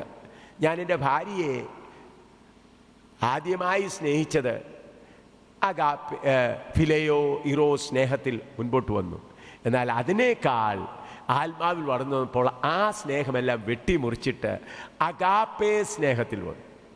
അഗാപ്പേ സ്നേഹത്തിൽ വന്നത് എന്താണ്? എൻ്റെ ഭാര്യ കൂടെ ക്രിസ്തുവിൻ്റെ ശരീരമാകുന്ന ആ ശരീരത്തിൽ വന്നു ചേർന്നത് കൊണ്ട് ദൈവസ്നേഹം. അപ്പോൾ എൻ്റെ ഭാര്യ എത്ര തെറ്റ് ചെയ്താലും എനിക്ക് പ്രയാസമില്ല, സ്നേഹിച്ചേ മതിയാകുകയുള്ളൂ. അതാണ് അഗാപ്പേ സ്നേഹം. പിന്നെ എത്ര തെറ്റ് കാണിക്കുന്നു എന്നല്ല, എൻ്റെ ഭാര്യ തെറ്റ് ചെയ്തുകൊണ്ടിരിക്കുന്നതെന്നല്ല ഞാൻ പറഞ്ഞത്, ആ സ്നേഹത്തിൻ്റെ വ്യത്യാസമാണ് പറയുന്നത്. അപ്പോൾ നാം എൻ്റെ മകനെ, എൻ്റെ മകൻ, എൻ്റെ മകളെന്ന് പറഞ്ഞിങ്ങനെ കെട്ടിപ്പിടിച്ച് അയ്യോ നമ്മളങ്ങ് സ്നേഹിച്ച്, ഇതുപോലെ ഞാൻ എൻ്റെ മകളെ, എൻ്റെ മകനെ, എൻ്റെ ഭർത്താവിനെ, എൻ്റെ ഭാര്യയെ എന്ന് പറഞ്ഞ് നമ്മൾ കെട്ടിപ്പിടിച്ച് അങ്ങ് വെച്ചുകൊണ്ടിരിക്കും. എന്നാൽ പ്രിയമുള്ളവരെ, അത് ഫിലയോ സ്നേഹമാണ്. ആ സ്നേഹത്തിന് അതിനനുസരിച്ച് പ്രതികാരം ലഭിച്ചില്ലെങ്കിൽ എടുത്ത് കളയുകയും ചെയ്യും, ദൂരെ കളയുകയും ചെയ്യും. ആദ്യം ഇങ്ങനെ കെട്ടിപ്പിടിച്ച് വലിയ സ്നേഹത്തോടെ ഭർത്താവിനെയോ അല്ലെ മക്കളെയോ വലിയ സ്നേഹത്തോടെ, എൻ്റെ മകനാണ്, എൻ്റെ മകളാണ്, ഞാൻ ഇവൾക്ക് വേണ്ടി ജീവൻ കൊടുക്കും, എൻ്റെ ഭർത്താവിന് വേണ്ടി ജീവൻ കൊടുക്കും, എൻ്റെ ഭാര്യയ്ക്ക് വേണ്ടി ഇങ്ങനെ കൊടുത്തു എന്ന് കെട്ടിപ്പിടിച്ച് എവിടെ നോക്കിയാലും അതേ പറയത്തുള്ളൂ. എന്നാൽ അതിനനുസരിച്ചുള്ള സ്നേഹം കിട്ടിയില്ലെങ്കിൽ കുറേശ്ശെ മാറി മാറി മാറി പിന്നെ എടുത്ത് ദൂരെ എറിയുകയും ചെയ്യും. അതാണ് ഈ ലോകത്തിലെ സ്നേഹം. എന്നാൽ ദൈവസ്നേഹം എന്ന് പറയുന്നത് പ്രതികരമായി ഒന്നും കിട്ടിയില്ലെങ്കിലും സ്നേഹം പകരപ്പെട്ടുകൊണ്ടിരിക്കും. ആ ദിവ്യ സ്നേഹമാണ് നമ്മൾക്ക് വരേണ്ടത്. അത് വരണമെങ്കിൽ നമ്മുടെ എൻ്റേത്, ഞാൻ എന്നുള്ളത് നമ്മിൽ നിന്ന് മാറിയേ മതിയാകുകയുള്ളൂ. അതുകൊണ്ടാണ് കർത്താവ് പറഞ്ഞത്, ലൂക്കോസ് 9:23 വായിച്ചാട്ട്. ലൂക്കോസ് 9:23. പിന്നെ അവൻ എല്ലാവരോടും പറഞ്ഞത്, എന്നെ അനുഗമിപ്പാൻ ഒരുത്തൻ ഇച്ഛിച്ചാൽ അവൻ തന്നെത്താൻ നിഷേധിക്കണമെന്ന് പറഞ്ഞാൽ, ഞാൻ എൻ്റേത് എന്നുള്ളത് എന്ത് ചെയ്യണം? നിഷേധിക്കണം. ഹല്ലേലൂയ. ഞാൻ എൻ്റേത് എന്നുള്ളത് ആരാ കൊണ്ടുവന്നത്? സാത്താൻ ലൂസിഫറിൻ്റെ അകത്തിട്ടു. വീണ്ടും സാത്താൻ ആദാം ഹവ്വായുടെ അകത്തിട്ടു. അതിന്ന് നമ്മിൽ തുടർന്നുകൊണ്ടിരിക്കുന്നു. അതുകൊണ്ട് ദൈവത്തിൻ്റെ ഭവനത്തിൽ വരുമ്പോൾ നമ്മുടേത് ഏക ശരീരസ്ഥർ. അതുകൊണ്ടാണ് ആദിമ നൂറ്റാണ്ടിൽ വിശുദ്ധന്മാർ, നിങ്ങളൊന്ന് വായിച്ചാട്ട്, അവരാ അനുഭവത്തിൽ വന്നതുകൊണ്ടാണ് അപ്പോസ്തലപ്രവൃത്തിയുടെ പുസ്തകം 4-ാം അധ്യായം അവിടെ നാം പ്രിയപ്പെട്ടവരെ കുറിച്ച് വായിക്കുന്നു. അവരേക ഹൃദയമുള്ളവരായിരുന്നത് കൊണ്ട് എങ്ങനെയാണ് അവർ മുൻപോട്ട് പോയത്? അപ്പോസ്തലപ്രവൃത്തി 4-ാം അധ്യായം അതിൻ്റെ 32 മുതൽ വായിച്ചാട്ട്. അപ്പോസ്തലപ്രവൃത്തി 4:32 മുതൽ വായിച്ചാൽ, വിശ്വസിച്ചവരുടെ കൂട്ടം ഏക ഹൃദയവും ഏക മനസ്സും ഉള്ളവരായിരുന്നു. തനിക്കുള്ളതൊന്നും സ്വന്തമെന്ന് ആരും പറഞ്ഞില്ല. സകലവും അവർക്ക് പൊതുവായിരുന്നു. അപ്പോസ്തലന്മാർ മഹാശക്തിയോടെ കർത്താവായ യേശുവിന്റെ പുനരുത്ഥാനത്തിന്റെ സാക്ഷ്യം പറഞ്ഞു വന്നു. എല്ലാവർക്കും ധാരാളം കൃപ ലഭിച്ചിരുന്നു. മുട്ടുള്ളവൻ ആരും അവരിൽ ഉണ്ടായിരുന്നില്ല. നിലങ്ങളുടെയോ വീടുകളുടെയോ ഉടമസ്ഥരായവരൊക്കെയും അവയെ വിറ്റ് വില കൊണ്ടുവന്ന് അപ്പോസ്തലന്മാരെ കാൽക്കൽ വെക്കും. പിന്നെ ഓരോരുത്തന് അവനവന്റെ ആവശ്യം പോലെ വിഭാഗിച്ചു കൊടുക്കും. അന്ന് എല്ലാവരും സ്വത്ത് എല്ലാം എങ്ങനെയാണ്? എല്ലാവരുടെയും പൊതുവായിരുന്നു. ഇന്ന് ചില വിശ്വാസികൾ പറയുന്നത്, അങ്ങനെയാണെങ്കിൽ തോമാച്ചൻ്റെ റബ്ബർ തോട്ടം വിറ്റ് കൊണ്ടുവരട്ടെ, ചാക്കോച്ചൻ്റെ വലിയ വീട് വിറ്റ് കൊണ്ടുവരട്ടെ, അത് കൊണ്ടുവന്ന് അപ്പോസ്തലന്മാരെ കാൽക്ക വെച്ചാൽ ഈ കൊണ്ടുവരട്ടെ എന്ന് പറഞ്ഞവർ പിടിച്ചു പറിച്ചുകൊണ്ട് കൊണ്ടുപോകും. അവർ പറയുന്നത് എന്താണ്? തോമാച്ചൻ വലിയ പണക്കാരനായിരിക്കുക, അവൻ ദൈവത്തിൻ്റെ പിന്നാലെ പോവുകയാണെങ്കിൽ എന്ത് ചെയ്യട്ടെ, തോമാച്ചൻ്റെ റബ്ബർ തോട്ടം വിറ്റ പണം മുഴുവനും ഇവിടെ കൊണ്ടുവരും. പണം കൊണ്ടുവന്ന് വയ്ക്കുകയും പാവപ്പെട്ട വിശ്വാസി പിടിച്ചു പറിച്ചുകൊണ്ട് പോവുകയും ചെയ്യും. എന്താ? അതല്ല, സമത്വമല്ല. ആദിമകാലത്ത് ഒരു തോമാച്ചനോ ചാക്കോച്ചനോ റബ്ബറും തോട്ടവും വിറ്റ് വെച്ച് കൊണ്ടുവന്ന് പത്രോസിൻ്റെ വാൽക്ക വെച്ചാൽ ആർക്ക് വേണമെന്ന് ചോദിച്ചാൽ എല്ലാവരും പറയും, ഞങ്ങൾക്ക് വേണ്ട. അവരുടെ ഹൃദയം ഏക ഹൃദയമായിരുന്നു. ഭൗതികമായി ഒരു സമത്വമല്ല, ഹൃദയത്തിലെ ആഗ്രഹങ്ങൾ. ഇന്ന് ചില പാവപ്പെട്ട വിശ്വാസികൾ ഞാൻ കഷ്ടതയും പടി നടന്ന അവർക്കൊരു 10 ലക്ഷം രൂപ കൊടുക്കുക, പിന്നെ എന്തൊക്കെയാ അവർ വാങ്ങിയെന്ന് അറിഞ്ഞുകൂടാ. പിന്നെ ഒരു 20 ലക്ഷം കൂടെ രൂപ കൊടുത്താൽ പിന്നെ നിങ്ങൾക്കറിയാം അവരെന്തെല്ലാമാ വാങ്ങിച്ചു കൂട്ടാൻ പോകുന്നത്. അതുകൊണ്ട് പ്രിയ സഹോദര സഹോദരി, നിങ്ങളുടെ കയ്യിൽ പണമില്ലെന്നുള്ളത് കൊണ്ട് നിങ്ങൾ ഹൃദയത്തിൽ ആഗ്രഹമില്ലാത്തവനെന്ന് പറയാൻ കഴിയുകയില്ല. നിങ്ങളുടെ പണം കിട്ടുമ്പോഴറിയാം എങ്ങനെയൊക്കെയാണ് നിങ്ങൾ ചെയ്യുന്നത്. എന്നാൽ വാസ്തവത്തിൽ ജയജീവിതം എന്ന് പറയുന്നത് ഞാൻ എൻ്റേത് എന്നുള്ളത് മേൽ ജയമുണ്ടാകണം. ഞാൻ എൻ്റേത്. അതുകൊണ്ടാണ് 1 Corinthians 7:29 മുതൽ 31 വരെ വായിച്ചാട്ട്. 1 Corinthians 7:29 മുതൽ 31 വരെ. 1 Corinthians chapter 7, 29 to 31. എന്നാൽ സഹോദരന്മാരെ, ഇതൊന്നും ഞാൻ പറയുന്നു, കാലം ചുരുങ്ങിയിരിക്കുന്നു. ഇനി ഭാര്യമാരുള്ളവർ ഇല്ലാത്തവരെ പോലെയും, കരയുന്നവർ കരയാത്തവരെ പോലെയും, സന്തോഷിക്കുന്നവർ സന്തോഷിക്കാത്തവരെ പോലെയും, വിലയ്ക്ക് വാങ്ങുന്നവർ കൈവശമാക്കാത്തവരെ പോലെയും, ലോകത്തെ അനുഭവിക്കുന്നവർ അതിനെ അനുഭവിക്കാത്തവരെ പോലെയും ആയിരിക്കണം. ഈ ലോകത്തിൻ്റെ രൂപം ഒഴിഞ്ഞു പോകുന്നുവല്ലോ. ഏകദേശം 2000 വർഷം മുൻപേ പൗലോസ് പറഞ്ഞു കാലം ചുരുങ്ങിയിരിക്കുന്നു. ഇന്ന് പൗലോസ് പറയുകയാണെങ്കിൽ, ഇന്ന് പൗലോസ് ഉണ്ടെങ്കിൽ പറയും കാലം ചുരുങ്ങിയിരിക്കുന്നല്ല, കാലം ഇനി ഒട്ടുമില്ല എന്നേ പറയുള്ളൂ. അത് കാലം ഇനി ഒട്ടുമില്ല. അതുകൊണ്ട് ഭാര്യമുള്ളവരില്ലാത്തവരെ പോലെയും സമ്പത്തുള്ളവരില്ലാത്തവരെ പോലെയും ആയിരിക്കണം. ഞാൻ എൻ്റെ പ്രിയപ്പെട്ട ഭാര്യയോട് പറഞ്ഞു, ഭാര്യയെ, നീ എൻ്റെ ഒരു വിശ്വസ്ത ഭാര്യയായി, സ്നേഹിക്കുന്ന ഭാര്യയായി ഞാൻ ഓഫീസറായിരുന്നപ്പോൾ എന്നോട് കൂടെ ഉണ്ടായിരുന്നു. നമ്മുടെ കാര്യങ്ങളെല്ലാം നോക്കി, കുഞ്ഞുങ്ങളെ വളർത്തി, എല്ലാ കാര്യങ്ങളും നീ ചെയ്തു. ഞാൻ നിനക്ക് വളരെ നന്ദിയുള്ളവനാണ്. എല്ലാ കാര്യങ്ങളും നീ വിശ്വസ്തയോടെ, എന്നെ സ്നേഹത്തോടെ, ഇന്നും ആഹാര കാര്യങ്ങളാണെങ്കിലും എല്ലാ കാര്യങ്ങളും വിശ്വസ്തയോടെ എന്നെ സേവിക്കുകയും ഞാൻ കർത്താവിൻ്റെ വേലയ്ക്ക് പോകുമ്പോൾ ഉപവാസം എടുത്ത് പ്രാർത്ഥിക്കുകയും ചെയ്തുകൊണ്ടിരുന്നു. ഞാൻ എന്നിട്ട് എൻ്റെ ഭാര്യയോട്, പ്രിയ സഹോദരി, ഇതുകൊണ്ട് നിനക്ക് കർത്താവിൻ്റെ മണവാട്ടിയാകുവാൻ കഴിയുകയില്ല, കർത്താവിൻ്റെ ശരീരത്തിൻ്റെ അംഗമായി തീരുവാൻ കഴിയുകയില്ല. എന്നെ സേവിച്ചതുകൊണ്ട്, എന്നെ ശുശ്രൂഷിച്ചതുകൊണ്ട് നിനക്ക് അത് കർത്താവിൻ്റെ ശരീരത്തിൻ്റെ അംഗമായി തീരുവാൻ കഴിയില്ല. നിൻ്റെ രാജ്യത്തിന് വേണ്ടി നീ അധ്വാനിക്കണം എന്ന് പറഞ്ഞിട്ട് ശക്തമായി കർത്താവിൻ്റെ വേലയിലേക്ക് എൻ്റെ ഭാര്യയെ ഞാൻ ഭാര്യയുടെ ദർശനം കർത്താവിൻ്റെ വേലയിലേക്കാകുവാൻ ഞാൻ വളരെ പ്രാർത്ഥിക്കുകയും ശ്രമിക്കുകയും ചെയ്തു. എൻ്റെ പ്രിയപ്പെട്ട ഭാര്യ അത് സ്വീകരിക്കുകയും അങ്ങനെ കർത്താവിൻ്റെ വേലയിലായപ്പോൾ ഞങ്ങൾ രണ്ടുപേരും ഇപ്പോൾ ഒന്നിച്ച് കർത്താവിൻ്റെ വേലക്കാരാണ്. എൻ്റെ ഭാര്യ ആയതുകൊണ്ടല്ല കർത്താവിൻ്റെ വചനം ശുശ്രൂഷിക്കുന്നത്. എൻ്റെ ഭാര്യ ആയതുകൊണ്ട് കിട്ടുന്നത് എന്താണ്? ഞാനൊരു സാരി മേടിച്ചു കൊടുത്താൽ അതിൻ്റെ സന്തോഷം കാണും, എനിക്ക് നല്ല ആഹാരം തന്നാൽ അത് ഞാനൊന്ന് പുഞ്ചിരിച്ചു, അതൊക്കെ ഉള്ളൂ. എന്നാൽ വാസ്തവമായി നമ്മുടെ ഭാര്യ ഭർത്തൃ ബന്ധം എന്നൊക്കെ പറയുന്നത് താൽക്കാലികമാണ്. നമ്മുടെ മക്കളുമായിട്ടുള്ള ബന്ധം താൽക്കാലികമാണ്. ഞാൻ നിങ്ങളോട് ദൈവവചനം അറിയിക്കുകയാണ്, ഈ ഭാര്യ ഭർത്താക്കന്മാർ മക്കളോടുള്ള ആകർഷണത്തെ ജയിക്കുന്നവൻ മാത്രമേ പുതിയ യെരൂശലേമിൽ പോകുകയുള്ളൂ.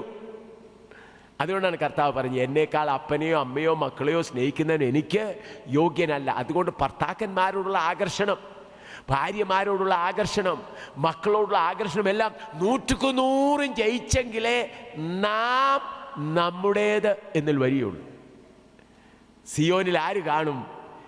ഞാൻ എൻ്റേതെന്ന് പറയുന്നവരല്ല, നാം നമ്മുടേത്, കർത്താവിൻ്റെ ശരീരത്തിൻ്റെ അംഗമായി തീരുക. അതാണ് പൂർണ്ണത പ്രാപിക്കുന്ന അനുഭവം.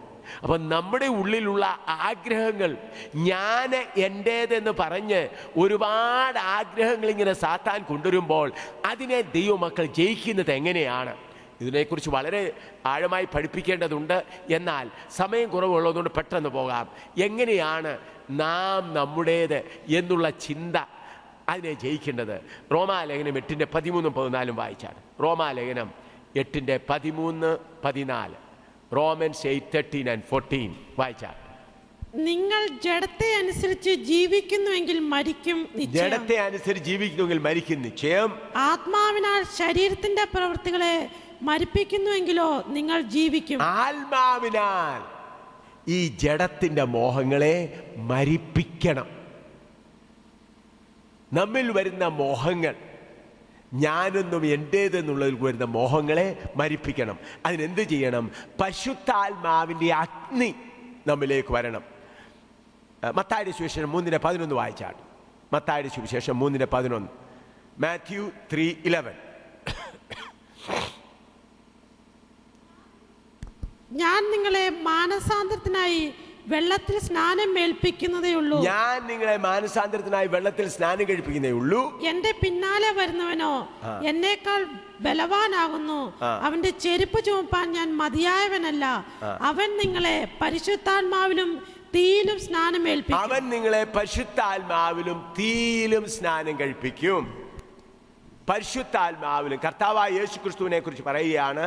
അവൻ നിങ്ങളെ പരിശുദ്ധാത്മാവിലും തീയിലും സ്നാനം കഴിപ്പിക്കും. ലൂക്കോസ് 12:49 വായിച്ചാണ്. ലൂക്ക് 12:49. ലൂക്കോസ് 12:49. ലൂക്ക് 12:49. ഭൂമിയിൽ തീയിടുവാൻ ഞാൻ വന്നിരിക്കുന്നു. ഭൂമിയിൽ തീയിടുവാൻ ഞാൻ വന്നിരിക്കുന്നു. അതിപ്പോഴേ കത്തിയെങ്കിൽ കൊള്ളായിരുന്നു എന്നല്ലാതെ ഞാൻ മറ്റെന്തിച്ചിക്കേണ്ടു. ചിലർ ചിന്തിക്കുന്നത് യഹോവയായ ദൈവം കർത്താവായ യേശുക്രിസ്തു ഭൂമിയിൽ ന്യായത്തീയിടാൻ. ഇത് ന്യായത്തീയെ കുറിച്ചല്ല. കർത്താവായ യേശുക്രിസ്തു ഈ ഭൂമിയിൽ വന്നത് ന്യായത്തിന്റെ തീ, നരകത്തിന്റെ തീ കത്തിക്കാനല്ല. ഇവിടെ പറഞ്ഞിരിക്കുന്ന തീ പരിശുദ്ധാത്മാവിന്റെ തീയാണ്.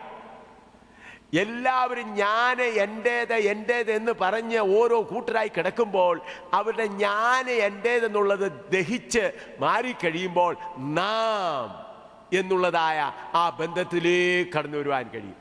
അപ്പോൾ പരിശുദ്ധാത്മാവിനകത്ത് അഗ്നിയുണ്ട്. ഇന്ന് എത്ര പേര് അഗ്നി അനുഭവിക്കുന്നു എന്നറിഞ്ഞുകൂടാ. അപ്പോസ്തലപ്രവൃത്തി 2:1-3 വരെ വായിച്ചാൽ. അപ്പോസ്തലപ്രവൃത്തി 2:1-3 വരെ. പെന്തക്കോസ്ത് നാൾ വന്നപ്പോൾ എല്ലാവരും ഒരു സ്ഥലത്ത് ഒന്നിച്ചു കൂടിയിരുന്നു. പെട്ടെന്ന് കൊടിയ കാറ്റടിക്കുന്ന പോലെ ആകാശത്ത് നിന്നൊരു മുഴക്കമുണ്ടായി. അവർ ഇരുന്നിരുന്ന വീട് മുഴുവനും നിറച്ചു. അഗ്നിജാല പോലെ പിളർന്നിരിക്കുന്ന നാവുകൾ അവർക്ക് പ്രത്യക്ഷമായി. അഗ്നിജാല പോലെ പിളർന്നിരിക്കുന്ന നാവുകൾ അവർക്ക് പ്രത്യക്ഷമായി. അന്യഭാഷ പറയുന്നതിന് മുൻപേ ആദ്യമായി അഗ്നിജാല പോലെ പിളർന്നിരിക്കുന്ന നാവുകൾ അവർക്ക് പ്രത്യക്ഷമായി. സ്തോത്രം. അപ്പോൾ പരിശുദ്ധാത്മാവിലെ അഗ്നിയാണ് ആദ്യം വരേണ്ടത്. ഇന്ന് പലർക്കും അഗ്നിയെക്കുറിച്ചില്ല, മറുഭാഷ കിട്ടി, അന്യഭാഷ കിട്ടി. കിടന്ന് 2 ചാട്ടം ചാടി 2 അന്യഭാഷ പറഞ്ഞാൽ, സഹോദര, 2 ചാട്ടം ചാടി അന്യഭാഷ പറഞ്ഞാൽ സാത്താനും നല്ലപോലെ അന്യഭാഷ പറയും, ദുഷ്ടൻ്റെ ആത്മാവും നല്ലപോലെ അന്യഭാഷ പറയും. അതുകൊണ്ട് അന്യഭാഷ പറഞ്ഞുകൊണ്ട് കാര്യമല്ല. നിന്റെ മേൽ ആദ്യമായി പരിശുദ്ധാത്മാവാകുന്ന അഗ്നി ഇറങ്ങണം.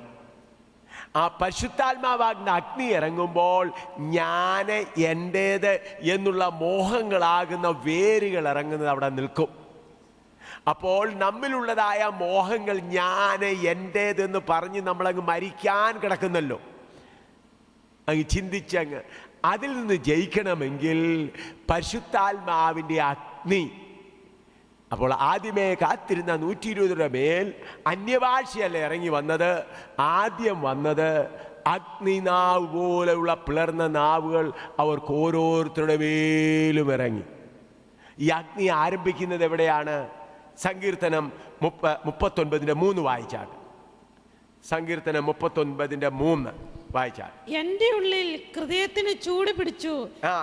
ഒന്നുകൂടെ പറഞ്ഞാൽ ഞാൻ വായിച്ചാൽ. എന്റെ ഉള്ളിൽ ഹൃദയത്തിന് ചൂട് പിടിച്ചു. എന്റെ ഉള്ളിൽ ഹൃദയത്തിൽ ചൂട് പിടിച്ചു. എന്റെ ധ്യാനത്തിങ്കൽ തീ കത്തി. എന്റെ ധ്യാനത്തിങ്കൽ തീ കത്തി. അപ്പോൾ ഞാൻ നാവെടുത്ത് സംസാരിച്ചു. പ്രിയമുള്ളവരെ, തീ ധ്യാനത്തിങ്കലാണ് കത്തുന്നത്. എങ്ങനെ ധ്യാനം? കർത്താവേ, എൻ്റെ ഹൃദയത്തിൽ ഈ മലിനതകളുണ്ട്, ഈ മലിനതകളുണ്ട്. നമുക്കറിയാമല്ലോ, ചിലപ്പോൾ നമ്മൾ വീടൊക്കെ നല്ലതുപോലെ തൂത്തുവാരി അതിൻ്റെ അഴുക്കെല്ലാം കൂടെ എന്ത് ചെയ്യും? തീയരിക്കും. അതുപോലെ പരിശുദ്ധാത്മാവാകുന്ന തീ കത്തുമ്പോൾ നമ്മിലുള്ള എൻ്റേത് ഞാൻ എന്നുള്ള ജഡത്തിൻ്റെതെല്ലാം എരിഞ്ഞു പോകും.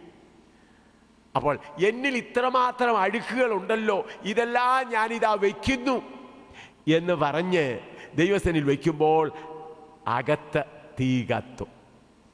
എൻ്റെ ധ്യാനത്തിങ്കൽ തീ കത്തി. സ്തോത്രം. ഇന്ന് അല്പനേരം കഴിഞ്ഞ് നമ്മളിരുന്ന് പ്രാർത്ഥിക്കാൻ പോകുകയാണ്. ഇന്ന് പരിശുദ്ധാത്മാ തീ, പരിശുദ്ധാത്മാകുന്ന അഗ്നി ഓരോരുത്തരുടെ മേൽ ഇറങ്ങണം. എന്നാൽ മാത്രമേ നമുക്കിതിൻ്റെ മേൽ ജയിക്കുവാൻ കഴിയുള്ളൂ. അതിനുവേണ്ടി ഇന്ന് പായൊക്കെ ക്രമീകരിച്ചിട്ടുണ്ട്. നമ്മളെല്ലാവരും ഇരുന്ന് പ്രാർത്ഥിക്കാൻ പോകുകയാണ്. നിങ്ങളുടെ ഹൃദയം ഒരുക്കുക. അപ്പോൾ നമ്മുടെ ധ്യാനത്തിങ്കൽ തീ കത്തണം. അതിന് നമ്മളെ തന്നെ ഏൽപ്പിച്ചു കൊടുക്കണം. യെശയ്യാവ് പറയുന്നു, യെരമ്യാവ് പറയുന്നു, യെരമ്യാ പ്രവചനം 20:9 വായിച്ചാണ്. യെരമ്യാ പ്രവചനം 20:9. ഞാനിനി അവനെ ഓർക്കയില്ല, അവന്റെ നാമത്തിൽ സംസാരിക്കുകയുമില്ല. ഞാൻ അവനെ ഓർക്കയില്ല, അവന്റെ സംസാരിക്കയില്ല എന്ന് പറഞ്ഞാലോ അതെന്റെ അസ്ഥികളിൽ അടയ്ക്കപ്പെട്ടിട്ട് എന്റെ ഹൃദയത്തിൽ തീ കത്തുമ്പോൾ, എന്റെ അസ്ഥികളിൽ അടയ്ക്കപ്പെട്ടിട്ട് ഹൃദയത്തിൽ തീ കത്തുന്നത് പോലെ ആകുന്നു. അപ്പോൾ ഹൃദയത്തിൽ തീ കട്ടിട്ട് അത് ആ തീ എവിടെ വരെ പോയി? അസ്ഥിക്കുള്ളിൽ വരെ പോയി. സ്തോത്രം. ഹൃദയത്തിൽ തീ കട്ടിട്ട് അത് എവിടെ വരെ പോയി? അസ്ഥിക്കുള്ളിൽ. എനിക്കിനി അടക്കാൻ വയ്യ. ഹല്ലേലൂയ. എത്ര ശ്രേഷ്ഠമേറിയ അനുഭവമാണ്. 104 സങ്കീർത്തനത്തിൽ 4 വാക്യം കൂടെ വായിച്ചാൽ, 104 സങ്കീർത്തനം 4, Psalm 104 verse 4. 104 സങ്കീർത്തനം 4 വാക്യം, Psalm 104 verse 4. അവൻ കാറ്റുകളെ തന്റെ ദൂതന്മാരും അഗ്നിജ്വാലയെ തന്റെ ശുശ്രൂഷകന്മാരുമാക്കുന്നു. അത് തർജിമയിൽ ഒരല്പം തെറ്റുണ്ട്. അഗ്നിജ്വാലകളെ ശുശ്രൂഷകന്മാരാക്കുന്നതല്ല, തൻ്റെ ശുശ്രൂഷകന്മാരെ അഗ്നിജ്വാലകളാക്കുന്നു. He makes his ministers flames of fire. തൻ്റെ ശുശ്രൂഷകന്മാരെ തീപ്പന്തങ്ങളാക്കുന്നു എന്നാണ് അതിൻ്റെ. അപ്പോൾ നമ്മുടെ ഹൃദയത്തിൽ തീ കത്തി അത് അസ്ഥിക്കുള്ളിലായി, പിന്നെ നാം തീപ്പന്തങ്ങളായി തീരുന്നു. 120 പേരുടെ മേൽ പരിശുദ്ധാത്മാവ് ഇറങ്ങി വന്നപ്പോൾ അവർ ഈ 120 തീപ്പന്തങ്ങളായി തീർന്നു. യെരുശലേമിന് മുഴുവനും തീ കൊടുക്കുവാൻ തുടങ്ങി. ഇതാ പുരോഹിതന്മാരുടെ വലിയൊരു കൂട്ടം രക്ഷയ്ക്ക് അധീനരായി തീർന്നു. പരീശന്മാരും യേശുവിനെ ക്രൂശിച്ച് അതേ സ്ഥലത്ത് കൊണ്ടുപോയി ഇവനെ ക്രൂശിക്ക എന്ന് പറഞ്ഞെടുത്ത് ഇതാ ദൈവത്തിൻ്റെ സഭ സ്ഥാപിക്കപ്പെടുന്നു. എങ്ങനെയാണ്? പരിശുദ്ധാത്മാവാകുന്ന തീ വന്നിട്ട് കത്തിക്കാൻ തുടങ്ങി. അതുപോലെ ഈ പട്ടണത്തിലും, ഹല്ലേലൂയ, ഈ കോതമംഗലത്തും പരിശുദ്ധാത്മാവുന്ന തീ ഒന്ന് കത്തണം. ഈ ചുറ്റുപാടും ഈ പരിശുദ്ധാത്മാവുന്ന തീ ഒന്ന് കത്തിയേ മതിയാകുകയുള്ളൂ. എങ്കിൽ മാത്രമേ ജനങ്ങൾ എൻ്റേത്, ഞാൻ, ഞങ്ങളുടെ സഭ എന്ന് പറഞ്ഞുള്ളത് എരിഞ്ഞ് നാം എല്ലാം ക്രിസ്തുവിൻ്റെ ശരീരത്തിൽ അന്യോന്യം നാം അംഗങ്ങളാകുന്നു, ക്രിസ്തുവിൻ്റെ ശരീരത്തെ അംഗങ്ങളാകുന്നു എന്നുള്ള സ്നേഹത്താൽ നാം ബന്ധിക്കപ്പെട്ടവരായിത്തീരും. ഈ തീ കത്തിക്കണമെങ്കിൽ അതിന് ഒരു പ്രധാന കാര്യമുണ്ട്. നമുക്ക് വായിക്കാം. ലേവ്യ പുസ്തകത്തിലേക്ക് നമുക്ക് അല്പം വരാം. ലേവ്യ പുസ്തകം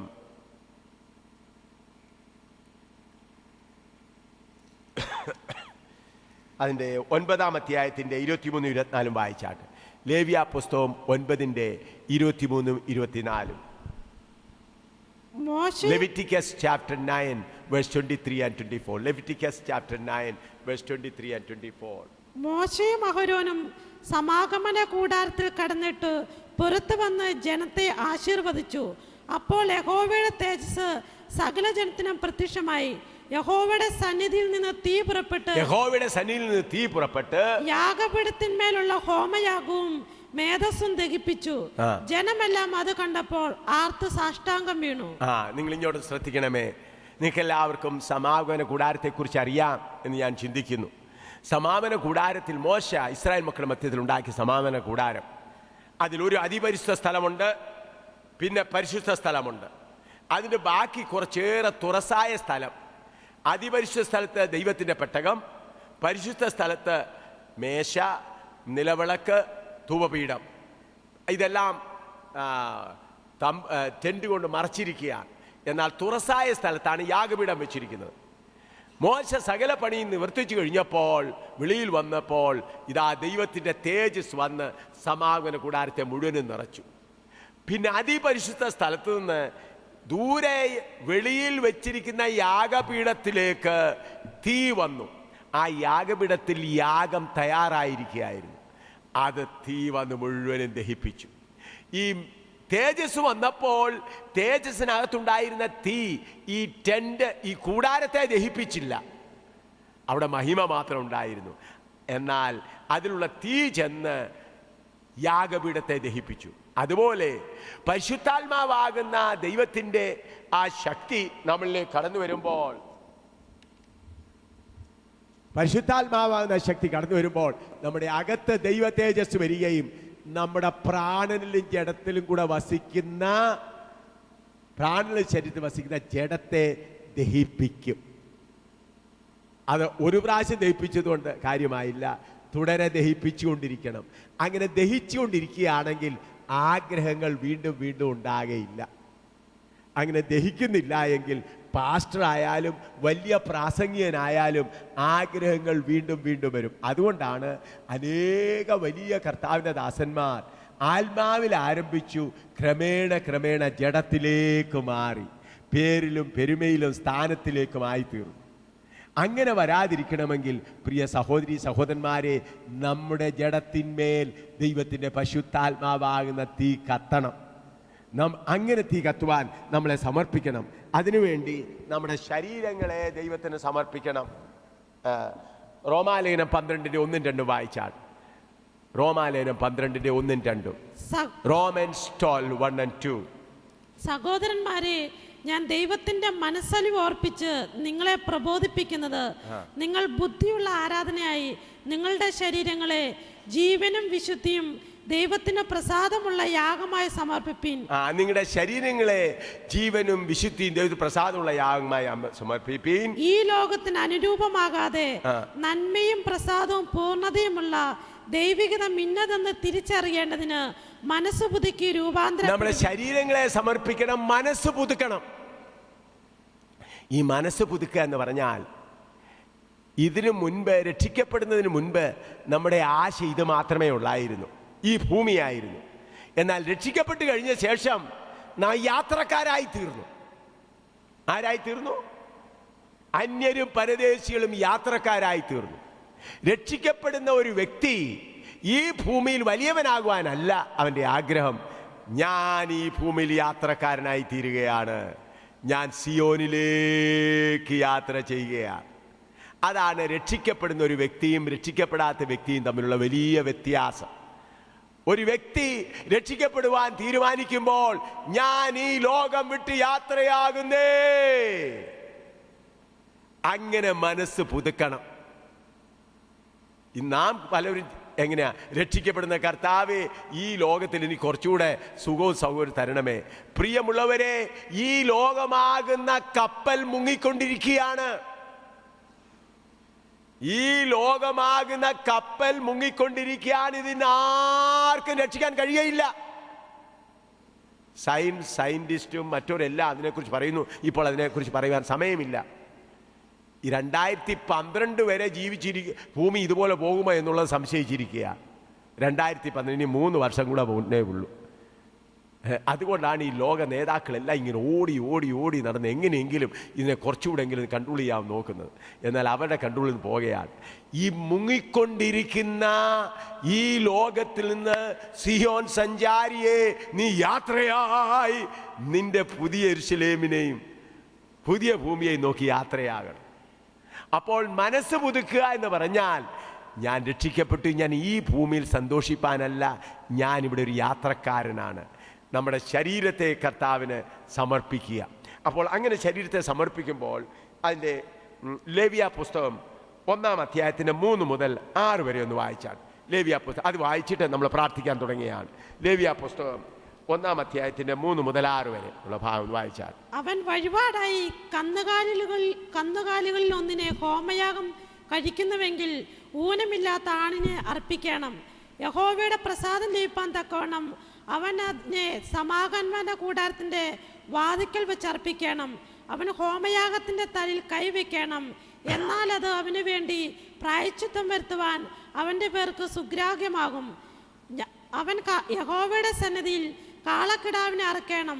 അഹരോന്റെ പുത്രന്മാരായ പുരോഹിതന്മാർ അതിന്റെ രക്തം കൊണ്ടുവന്ന് സമാഗമന കൂടാരത്തിന്റെ വാതിക്കലുള്ള യാഗപീഠത്തിന്മേൽ ചുറ്റും തളിക്കണം. അവൻ ഹോമയാഗ മൃഗത്തെ തോലുരിച്ച് ഖണ്ണം ഖണ്ണമായി മുറിക്കണം. ഇവിടെ ഒരുപാട് കാര്യങ്ങൾ പറഞ്ഞിട്ടുണ്ടെങ്കിലും നമ്മൾക്ക് അത്യാവശ്യമായുള്ളത് മാത്രം നമുക്ക് ചിന്തിക്കാം. യാഗം എങ്ങനെയാണ് നമ്മുടെ ശരീരത്തെ ദൈവത്തിന് ഇഷ്ടമുള്ള യാഗമായി സമർപ്പിക്കണം. നമ്മുടെ മനസ്സ് പുതുക്കണം. എന്നാൽ മാത്രമേ സ്വർഗത്തിലെ തീ നമ്മളിലേക്ക് ഇറങ്ങി വരികയുള്ളൂ. യാഗം അർപ്പിക്കുന്നവർ എങ്ങനെയായിരുന്നു? നമ്മുടെ ദൈവത്തിന് കോഴിയുടെ രക്തമോ അല്ലെ പശുവിൻ്റെ രക്തമോ ഒന്നും വേണ്ട. ഇന്ന് ചിലരെ കോഴിയെ കണ്ടിക്കുന്നുണ്ട്. ഇതെല്ലാം പാപമാണ്, ദൈവം മുൻപാകെ ചെയ്യുന്ന വലിയ പാപമാണ്. ഇന്ന് പള്ളിയിലും ചിലരൊക്കെ ചെന്ന് കോഴിയൊക്കെ അറക്കുന്നുണ്ട്. അതൊക്കെ മഹാപാപമാണ്. നമ്മുടെ ദൈവത്തിന് ഈ കാളി ദേവിയുടെ കൂട്ടർ രക്തമൊന്നും ആവശ്യമില്ല. പിന്നെ ഇസ്രായേൽ മക്കളോട് ദൈവം എന്തിനാ ബലിയർപ്പിക്കണമെന്ന് പറഞ്ഞത്? പാപം ചെയ്താൽ അതിൻ്റെ ഫലം അതെന്താണ് അവർ ചെയ്യുന്നത്? ഒരു പാപം ചെയ്താൽ അവൻ കോഴിയെ, അവനൊരു മൃഗത്തെയോ ആടിനെയോ, പാവപ്പെട്ടവനാണെങ്കിൽ ഒരു പക്ഷിയെ കൊണ്ടുവരും. എന്നിട്ട് അവൻ്റെ കൈ ആ വസ്തുവിൻ്റെ മേൽ വയ്ക്കും. അവൻ്റെ പാപം അവൻ്റെ മേൽ ചുമത്തും. എന്നിട്ട് അതിനെ അറക്കുമ്പോൾ അത് കിടന്ന് വിറയ്ക്കുന്നത് കാണുമ്പോൾ, ഞാൻ പാപം ചെയ്തു, എൻ്റെ പാപത്തിൻ്റെ ഫലം ഈ ഒരു പാപവും ചെയ്യാത്ത പക്ഷി അനുഭവിക്കുന്നല്ലോ, അല്ലെങ്കിൽ മൃഗം അല്ലെങ്കിൽ ആട് അനുഭവിക്കുന്നുള്ളൂ. പാപം എത്ര ഗംഭീരമാണെന്ന് മനസ്സിലാക്കാൻ വേണ്ടിയാണ് യാഗമർപ്പിക്കാൻ ദൈവം പറഞ്ഞത്. അല്ലാതെ നമ്മുടെ ദൈവത്തിന് ചോര കുടിക്കുന്നവനല്ല നമ്മുടെ ദൈവം. അവൻ തൻ്റെ പുത്രനെ നമുക്ക് വേണ്ടി നൽകിയവനാണ്. അവൻ തൻ്റെ പുത്രനെ നമ്മുടെ പാപത്തിനു വേണ്ടി തൻ്റെ പുത്രൻ്റെ ചോര നൽകിയവനാണ് നമ്മളെ ശുദ്ധീകരിക്കാൻ. ഇവിടെ യാഗമർപ്പിക്കുമ്പോൾ ചെയ്യേണ്ടത് ഒരു കാര്യം, യാഗമൃഗത്തിൻ്റെ തോലുരിക്കണം. എന്താണ് ചെയ്യേണ്ടത്? യാഗമൃഗത്തിൻ്റെ തോലുരിക്കണം. ഇവിടെ കേരളത്തിൽ എങ്ങനെയാണെന്ന് അറിഞ്ഞുകൂടാ. ഞങ്ങൾ വടക്കേ ഇന്ത്യയിൽ ഈ ആട്ടിറച്ചി വിൽക്കുന്ന കടയിൽ ചെന്നാൽ ഈ ആടിൻ്റെ 5, 6, 8 ആടുകളെ തോലുരിച്ചങ്ങനെ തൂക്കിയിട്ടേക്കും. ചെമ്മരിയാടും കോലാടും ഒക്കെ അതിനകത്ത് കാണും. അതിനെ മുഴുവനും തോലുരിച്ചങ്ങ് ഇട്ടുക. നമ്മൾ നോക്കിയാൽ എല്ലാം ചുമന്ന് കിടക്കുന്നു, എല്ലാ ആടും. അത് ചെമ്മരിയാട് ഏതാ കോലാട് ഏതാണ് നമുക്കറിഞ്ഞുകൂടാ. എന്നാൽ എനിക്ക് കുറച്ച് കോലാടിൻ്റെ ഇറച്ചി വേണമെന്ന് ഒരാൾ പറഞ്ഞാൽ അവർ കോലാടിൻ്റെ ഇറച്ചി കൊടുക്കും. ഒരാൾ പറയും എനിക്കൊരു ചെമ്മരിയാടിൻ്റെ വേണമെങ്കിൽ ചെമ്മരിയാടിൻ്റെ. അപ്പോൾ അവരോട് ചോദിക്കുക, നിങ്ങളെങ്ങനെ ഈ കോലാടും ചെമ്മാടും ചെമ്മരിയാടും തിരിച്ചറി? കാരണം എല്ലാം ചുമന്ന് ഒരുപോലെ കിടക്കുകയാണ്. അപ്പോൾ അവരത് തിരിച്ചിട്ട് അതിൻ്റെ വാല് കാണിക്കും. ഐഡൻറ്റിഫിക്കേഷന് തിരിച്ചറിയാൻ വാലിൻ്റെ തൊലി ഉരിക്കുകയില്ല. അതുപോലെ നാം തോമാച്ചന്മാരും ചാക്കോച്ചന്മാരും മറിയാമ്മമാരും തങ്ങളുടെ കുടുംബത്തിൻ്റെ സ്ഥാനത്തിൻ്റെ ആ വാലുരിക്കുകയില്ല. വാലുരിക്കാതിരുന്നാൽ തീ ഇറങ്ങത്തില്ല. തീ ഇറങ്ങണമെങ്കിൽ നമ്മുടെ സ്ഥാനത്തിൻ്റെയും നമ്മുടെ കുടുംബത്തിൻ്റെയും നമ്മുടെ വലിപ്പത്തിൻ്റെയും ചെറുപ്പത്തിൻ്റെയും തൊലി ഉരിക്കണം. തൊലി ഉരിച്ച് ദൈവസന്നിധിയിൽ വച്ചാൽ സ്വർഗത്തിലെ തീ നമ്മുടെ മേൽ ധാരാളമായി ഇറങ്ങും. ആ സ്വർഗത്തിലെ തീ ഇറങ്ങിക്കഴിഞ്ഞാൽ പിന്നെ ഈ മോഹങ്ങൾ വരികയില്ല. നമ്മുടെ ഭർത്താവിനെക്കുറിച്ചുള്ള ഭാരം, മക്കളെക്കുറിച്ചുള്ള ഭാരം, നമ്മളെക്കുറിച്ചുള്ള ഭാരം എല്ലാം എരിഞ്ഞു പോകും. പിന്നെ മക്കളെ, കർത്താവേ എൻ്റെ മക്കളെ നീ നടത്തണമേ, എൻ്റെ ഭാര്യയെ നീ നടത്തണമേ, എൻ്റെ ഭർത്താവിനെ നീ നടത്തണമേ, എൻ്റെ പിതാവിനെ നീ നടത്തണമേ എന്ന് പറഞ്ഞ് നിങ്ങൾ ആത്മാവിൽ സന്തോഷിക്കും. നമ്മൾ ഭാരപ്പെട്ടതുകൊണ്ട് വല്ലതും പ്രയോജനമുണ്ടോ? കണ്ണുനീരുമൊഴിച്ച് സമയം കളയല്ലാതെ യാതൊരു പ്രയോജനവുമില്ല. നമ്മുടെ ദൈവം സകലതും ചെയ്യുവാൻ കഴിവുള്ളവനായി നമ്മുടെ മധ്യേ ഉള്ളത് കൊണ്ട് പ്രിയ ദൈവജനമേ, നിങ്ങളുടെ ബലിപീഠത്തിന്മേൽ ഇന്ന് തീ പിടിക്കണം. നാം അല്പനേരം പ്രാർത്ഥിക്കാൻ പോകുകയാണ്. എന്തിനു വേണ്ടിയാണ്? കർത്താവേ, ആ സ്വർഗത്തിലെ തീ എൻ്റെ മേലിറക്കണമേ. ആ സ്വർഗത്തിലെ തീ എൻ്റെ മേലിറക്കി, ഹല്ലേലൂയ, എന്നിലുള്ളതായ ജഡത്തിൻ്റെ ചിന്തകൾ, ഞാൻ എൻ്റേത് എന്നുള്ളതെല്ലാം ഒന്ന് എരിഞ്ഞ് ഞാൻ സ്വർഗ സന്തോഷം ഒന്ന് അനുഭവിക്കണം. പ്രിയ സഹോദര സഹോദരി, എത്ര നാളായി കരഞ്ഞുകൊണ്ട് നടക്കുന്നു, എത്ര നാളായി ദുഃഖിച്ചുകൊണ്ട് നടക്കുന്നു. നിങ്ങൾ കരയുന്നതും ദുഃഖിക്കുന്നതെല്ലാം തെറ്റാണെന്നല്ല ഞാൻ പറയുന്നത്. ഒരു ഭാഗമേ നിങ്ങൾ അറിഞ്ഞുള്ളൂ, അതനുസരിച്ച് കരയുകയാണ്. എന്നാൽ ഇതാ മറ്റൊരധ്യായം നിങ്ങളുടെ മുമ്പിൽ തുറന്നു വരികയാണ്. മറ്റൊരധ്യായം. നിങ്ങളുടെ ജീവിതത്തിന് ഒരു മുറിയിലേ നിങ്ങൾ ഇരുന്നുള്ളൂ, മറ്റേ മുറിയിലേക്കൊന്ന് കടന്നു വരിക. ഇതുവരെ ഇരുന്ന മുറി, ഭാര്യ ഭർത്താക്കന്മാർ ഇരുന്ന മുറി എന്താണ്? ഇറോസ് സ്നേഹം, ഫിലയോ സ്നേഹം, ഭാര്യ ഭർത്താക്കന്മാർ തമ്മിൽ, സ്ത്രീ പുരുഷന്മാരുള്ള സ്നേഹം, മക്കളന്മാരുള്ള സ്നേഹം. ആ 2 മുറിയിലാണ് ഇത്രയും നാളിരുന്നത്. ഇതാ മൂന്നാമത്തെ മുറി, അഗാപ്പേ സ്നേഹം, ദൈവ സ്നേഹത്തിലേക്ക് വരുന്ന ആ മുറിയിലൊന്ന് പ്രവേശിച്ചാൽ ഇതുവരെ അനുഭവിച്ചതിനേക്കാൾ കൂടുതൽ സന്തോഷവും മക്കളുടെ കാര്യങ്ങളും ഭർത്താവിൻ്റെ കാര്യങ്ങളും എല്ലാം കർത്താവ് തന്നെ ചെയ്യും. നിങ്ങൾ ഭാരപ്പെട്ടിട്ട് ഇല്ല, സ്തോത്രം പറഞ്ഞുകൊണ്ട് പോയാൽ അത് മുഴുവൻ ചെയ്യുവാനതാണ്. നിങ്ങൾക്ക് ചിരി വരും. എൻ്റെ വല്യമ്മച്ചി എന്നോട് പറഞ്ഞൊരു കഥയാണ് ഞാൻ ഓർക്കുന്നത്. നിങ്ങൾക്ക് എൻ്റെ വല്യമ്മച്ചി എന്നോട് പറഞ്ഞത്, മോനെ ഓരോരുത്തർ ഭാരം എങ്ങനെ വഹിക്കുന്നത്. ഒരു വല്യമ്മച്ചി, ഒരാൾ ജീപ്പ് കൊണ്ട് പോകുമ്പോൾ ഒരു വല്യമ്മച്ചി വലിയൊരു കൊട്ട നിറയെ മാങ്ങ എടുത്തുകൊണ്ട് ഇങ്ങനെ പോവുകയാണ്. അപ്പോൾ ആ കൊട്ട നിറയെ മാങ്ങ എടുത്തുകൊണ്ട് നടന്നുകൊണ്ട് പോവുകയാണ്. അപ്പോഴാ ജീപ്പുകാരൻ ദയ തോന്നി ഈ വല്യമ്മച്ചിയെ കയറ്റി ജീപ്പയിലെത്തിയപ്പോൾ വല്യമ്മച്ചി തലയെ കൊട്ട വെച്ചുകൊണ്ടിരിക്കുക. ഉടനെ ജീപ്പുകാരൻ പറഞ്ഞു, അമ്മച്ചി ആ കൊട്ടയെടുത്ത് താഴെ വയ്ക്കുക എന്ന് പറഞ്ഞപ്പോൾ, ഇല്ല എൻ്റെ തലയിലിരിക്കുന്ന ഭാരം നീ എടുക്കുമോ? ഉടനെ കൊച്ചമ്മ ജീപ്പ് പറഞ്ഞു, നീ താഴെ വെച്ചാൽ ഇല്ലെങ്കിലും വല്യമ്മച്ചി നിൻ്റെയും നിൻ്റെ മാങ്ങായുടെ ഭാര്യ ജീപ്പാണ് വഹിക്കുന്നത്. നാം കർത്താവിന് സകലം ഏൽപ്പിച്ചു കൊടുത്താലും നമ്മുടെ കാര്യങ്ങൾ നമ്മൾ വിട്ടുകൊടുക്കുകയില്ല. എല്ലാം കൂടെ ഞാനെന്തിനാ? എന്നാൽ നിങ്ങൾ കർത്താവിനെ ഏൽപ്പിച്ചു കൊടുത്താൽ നിങ്ങളുടെ കുഞ്ഞുങ്ങളുടെ കാര്യം, മക്കളുടെ കാര്യം, കുഞ്ഞുങ്ങളുടെ വിവാഹത്തിൻ്റെ കാര്യം, വീടിൻ്റെ കാര്യം, കടഭാരത്തിൻ്റെ കാര്യം എല്ലാം വഹിപ്പാൻ അവൻ മതിയായവൻ അത്രേ. എല്ലാ ഭാരവും വഹിപ്പാൻ. സാത്താൻ എന്താ, എല്ലാ ഭാരവും നീ വഹിച്ച് എപ്പോഴും കരഞ്ഞുകൊണ്ടിരിക്കട്ടെ. സാത്താൻ പറയുന്നത് എന്താണെന്നറിയാം? നീ കരഞ്ഞുകൊണ്ടിരിക്കുക, എപ്പോഴും നീ കരഞ്ഞുകൊണ്ട് യേശുവിൻ്റെ പുറകെ പോവില്ലയോ, കരഞ്ഞുകൊണ്ടിരുന്നു. അങ്ങനെയല്ല, ഇന്ന് കരച്ചിലല്ല ഇവിടെ വിട്ടിട്ട്, ആ കരച്ചിലല്ല ഇവിടെ തീയരിച്ചിട്ട് ഇന്ന് സന്തോഷത്തോടെ നിങ്ങളുടെ ഭവനങ്ങളിലേക്ക് പോകണം. ഇനി കരച്ചിലല്ല, ആത്മാവിൽ സന്തോഷിക്കുക. മക്കളുടെ കാര്യമാണെങ്കിലും എൻ്റെ കർത്താവ് നോക്കിക്കൊള്ളും. ഭർത്താവിൻ്റെ കാര്യങ്ങൾ എൻ്റെ കർത്താവ് നോക്കിക്കൊള്ളും. മക്കളുടെ വിവാഹം എൻ്റെ കർത്താവ് നോക്കിക്കൊള്ളും. അവൻ സകലത്തിനും മതിയായവൻ. ഞാൻ ഇന്ന് സന്തോഷിപ്പാൻ പോവുകയാണ്. എൻ്റെ ഭാരമെല്ലാം ഞാൻ അവൻ്റെ മേലിട്ടുകൊണ്ട് സന്തോഷിപ്പാൻ പോവുകയാണ്. ഞാൻ എന്നെ തന്നെ സമർപ്പിക്കുന്നു. ദൈവമേ, നിൻ്റെ പരിശുദ്ധാത്മാവാകുന്ന അഗ്നി എന്നിൽ കത്തിക്കണമേ. നാം വായിച്ചല്ലോ, എൻ്റെ ധ്യാനത്തിങ്കൽ തീ കത്തി. ഹല്ലേലൂയ. ബലിപീഠം ഒരുക്കി വെച്ചപ്പോൾ ബലിപീഠത്തിന്മേൽ തീ ഇറങ്ങി. നാം അബ്രഹാമിനെ കുറിച്ച് വായിക്കുന്നു. അബ്രഹാം ദൈവത്തിന് മുൻപിൽ ബലി അർപ്പിച്ചു.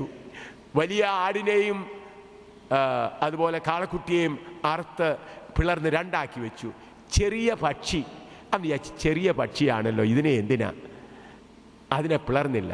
അപ്പോൾ കാത്തിരുന്നപ്പോൾ ദൈവസ്വർഗത്തിലെ അഗ്നിയല്ല ഇറങ്ങിയത്, പിന്നെ എന്താ ഇറങ്ങി വന്നത്? കഴുകൻ ഇറങ്ങി വന്നു. ഗാഢനിദ്ര. അവർക്ക് ശിക്ഷയുമുണ്ടായി. എന്നാൽ നാം ഇന്ന് പകൽക്കാലം നമ്മുടെ ജീവിതത്തിലുള്ള ചെറിയ ചെറിയ പാപങ്ങളെ പോലും ദൈവം ഭാഗം വെച്ച് ശുദ്ധീകരണം പ്രാപിച്ച് ദൈവത്തിൻ്റെ അഗ്നിയാൽ നിറയപ്പെടുവാൻ നമുക്കൊരുങ്ങാം. നമുക്ക് പ്രാർത്ഥിക്കാം.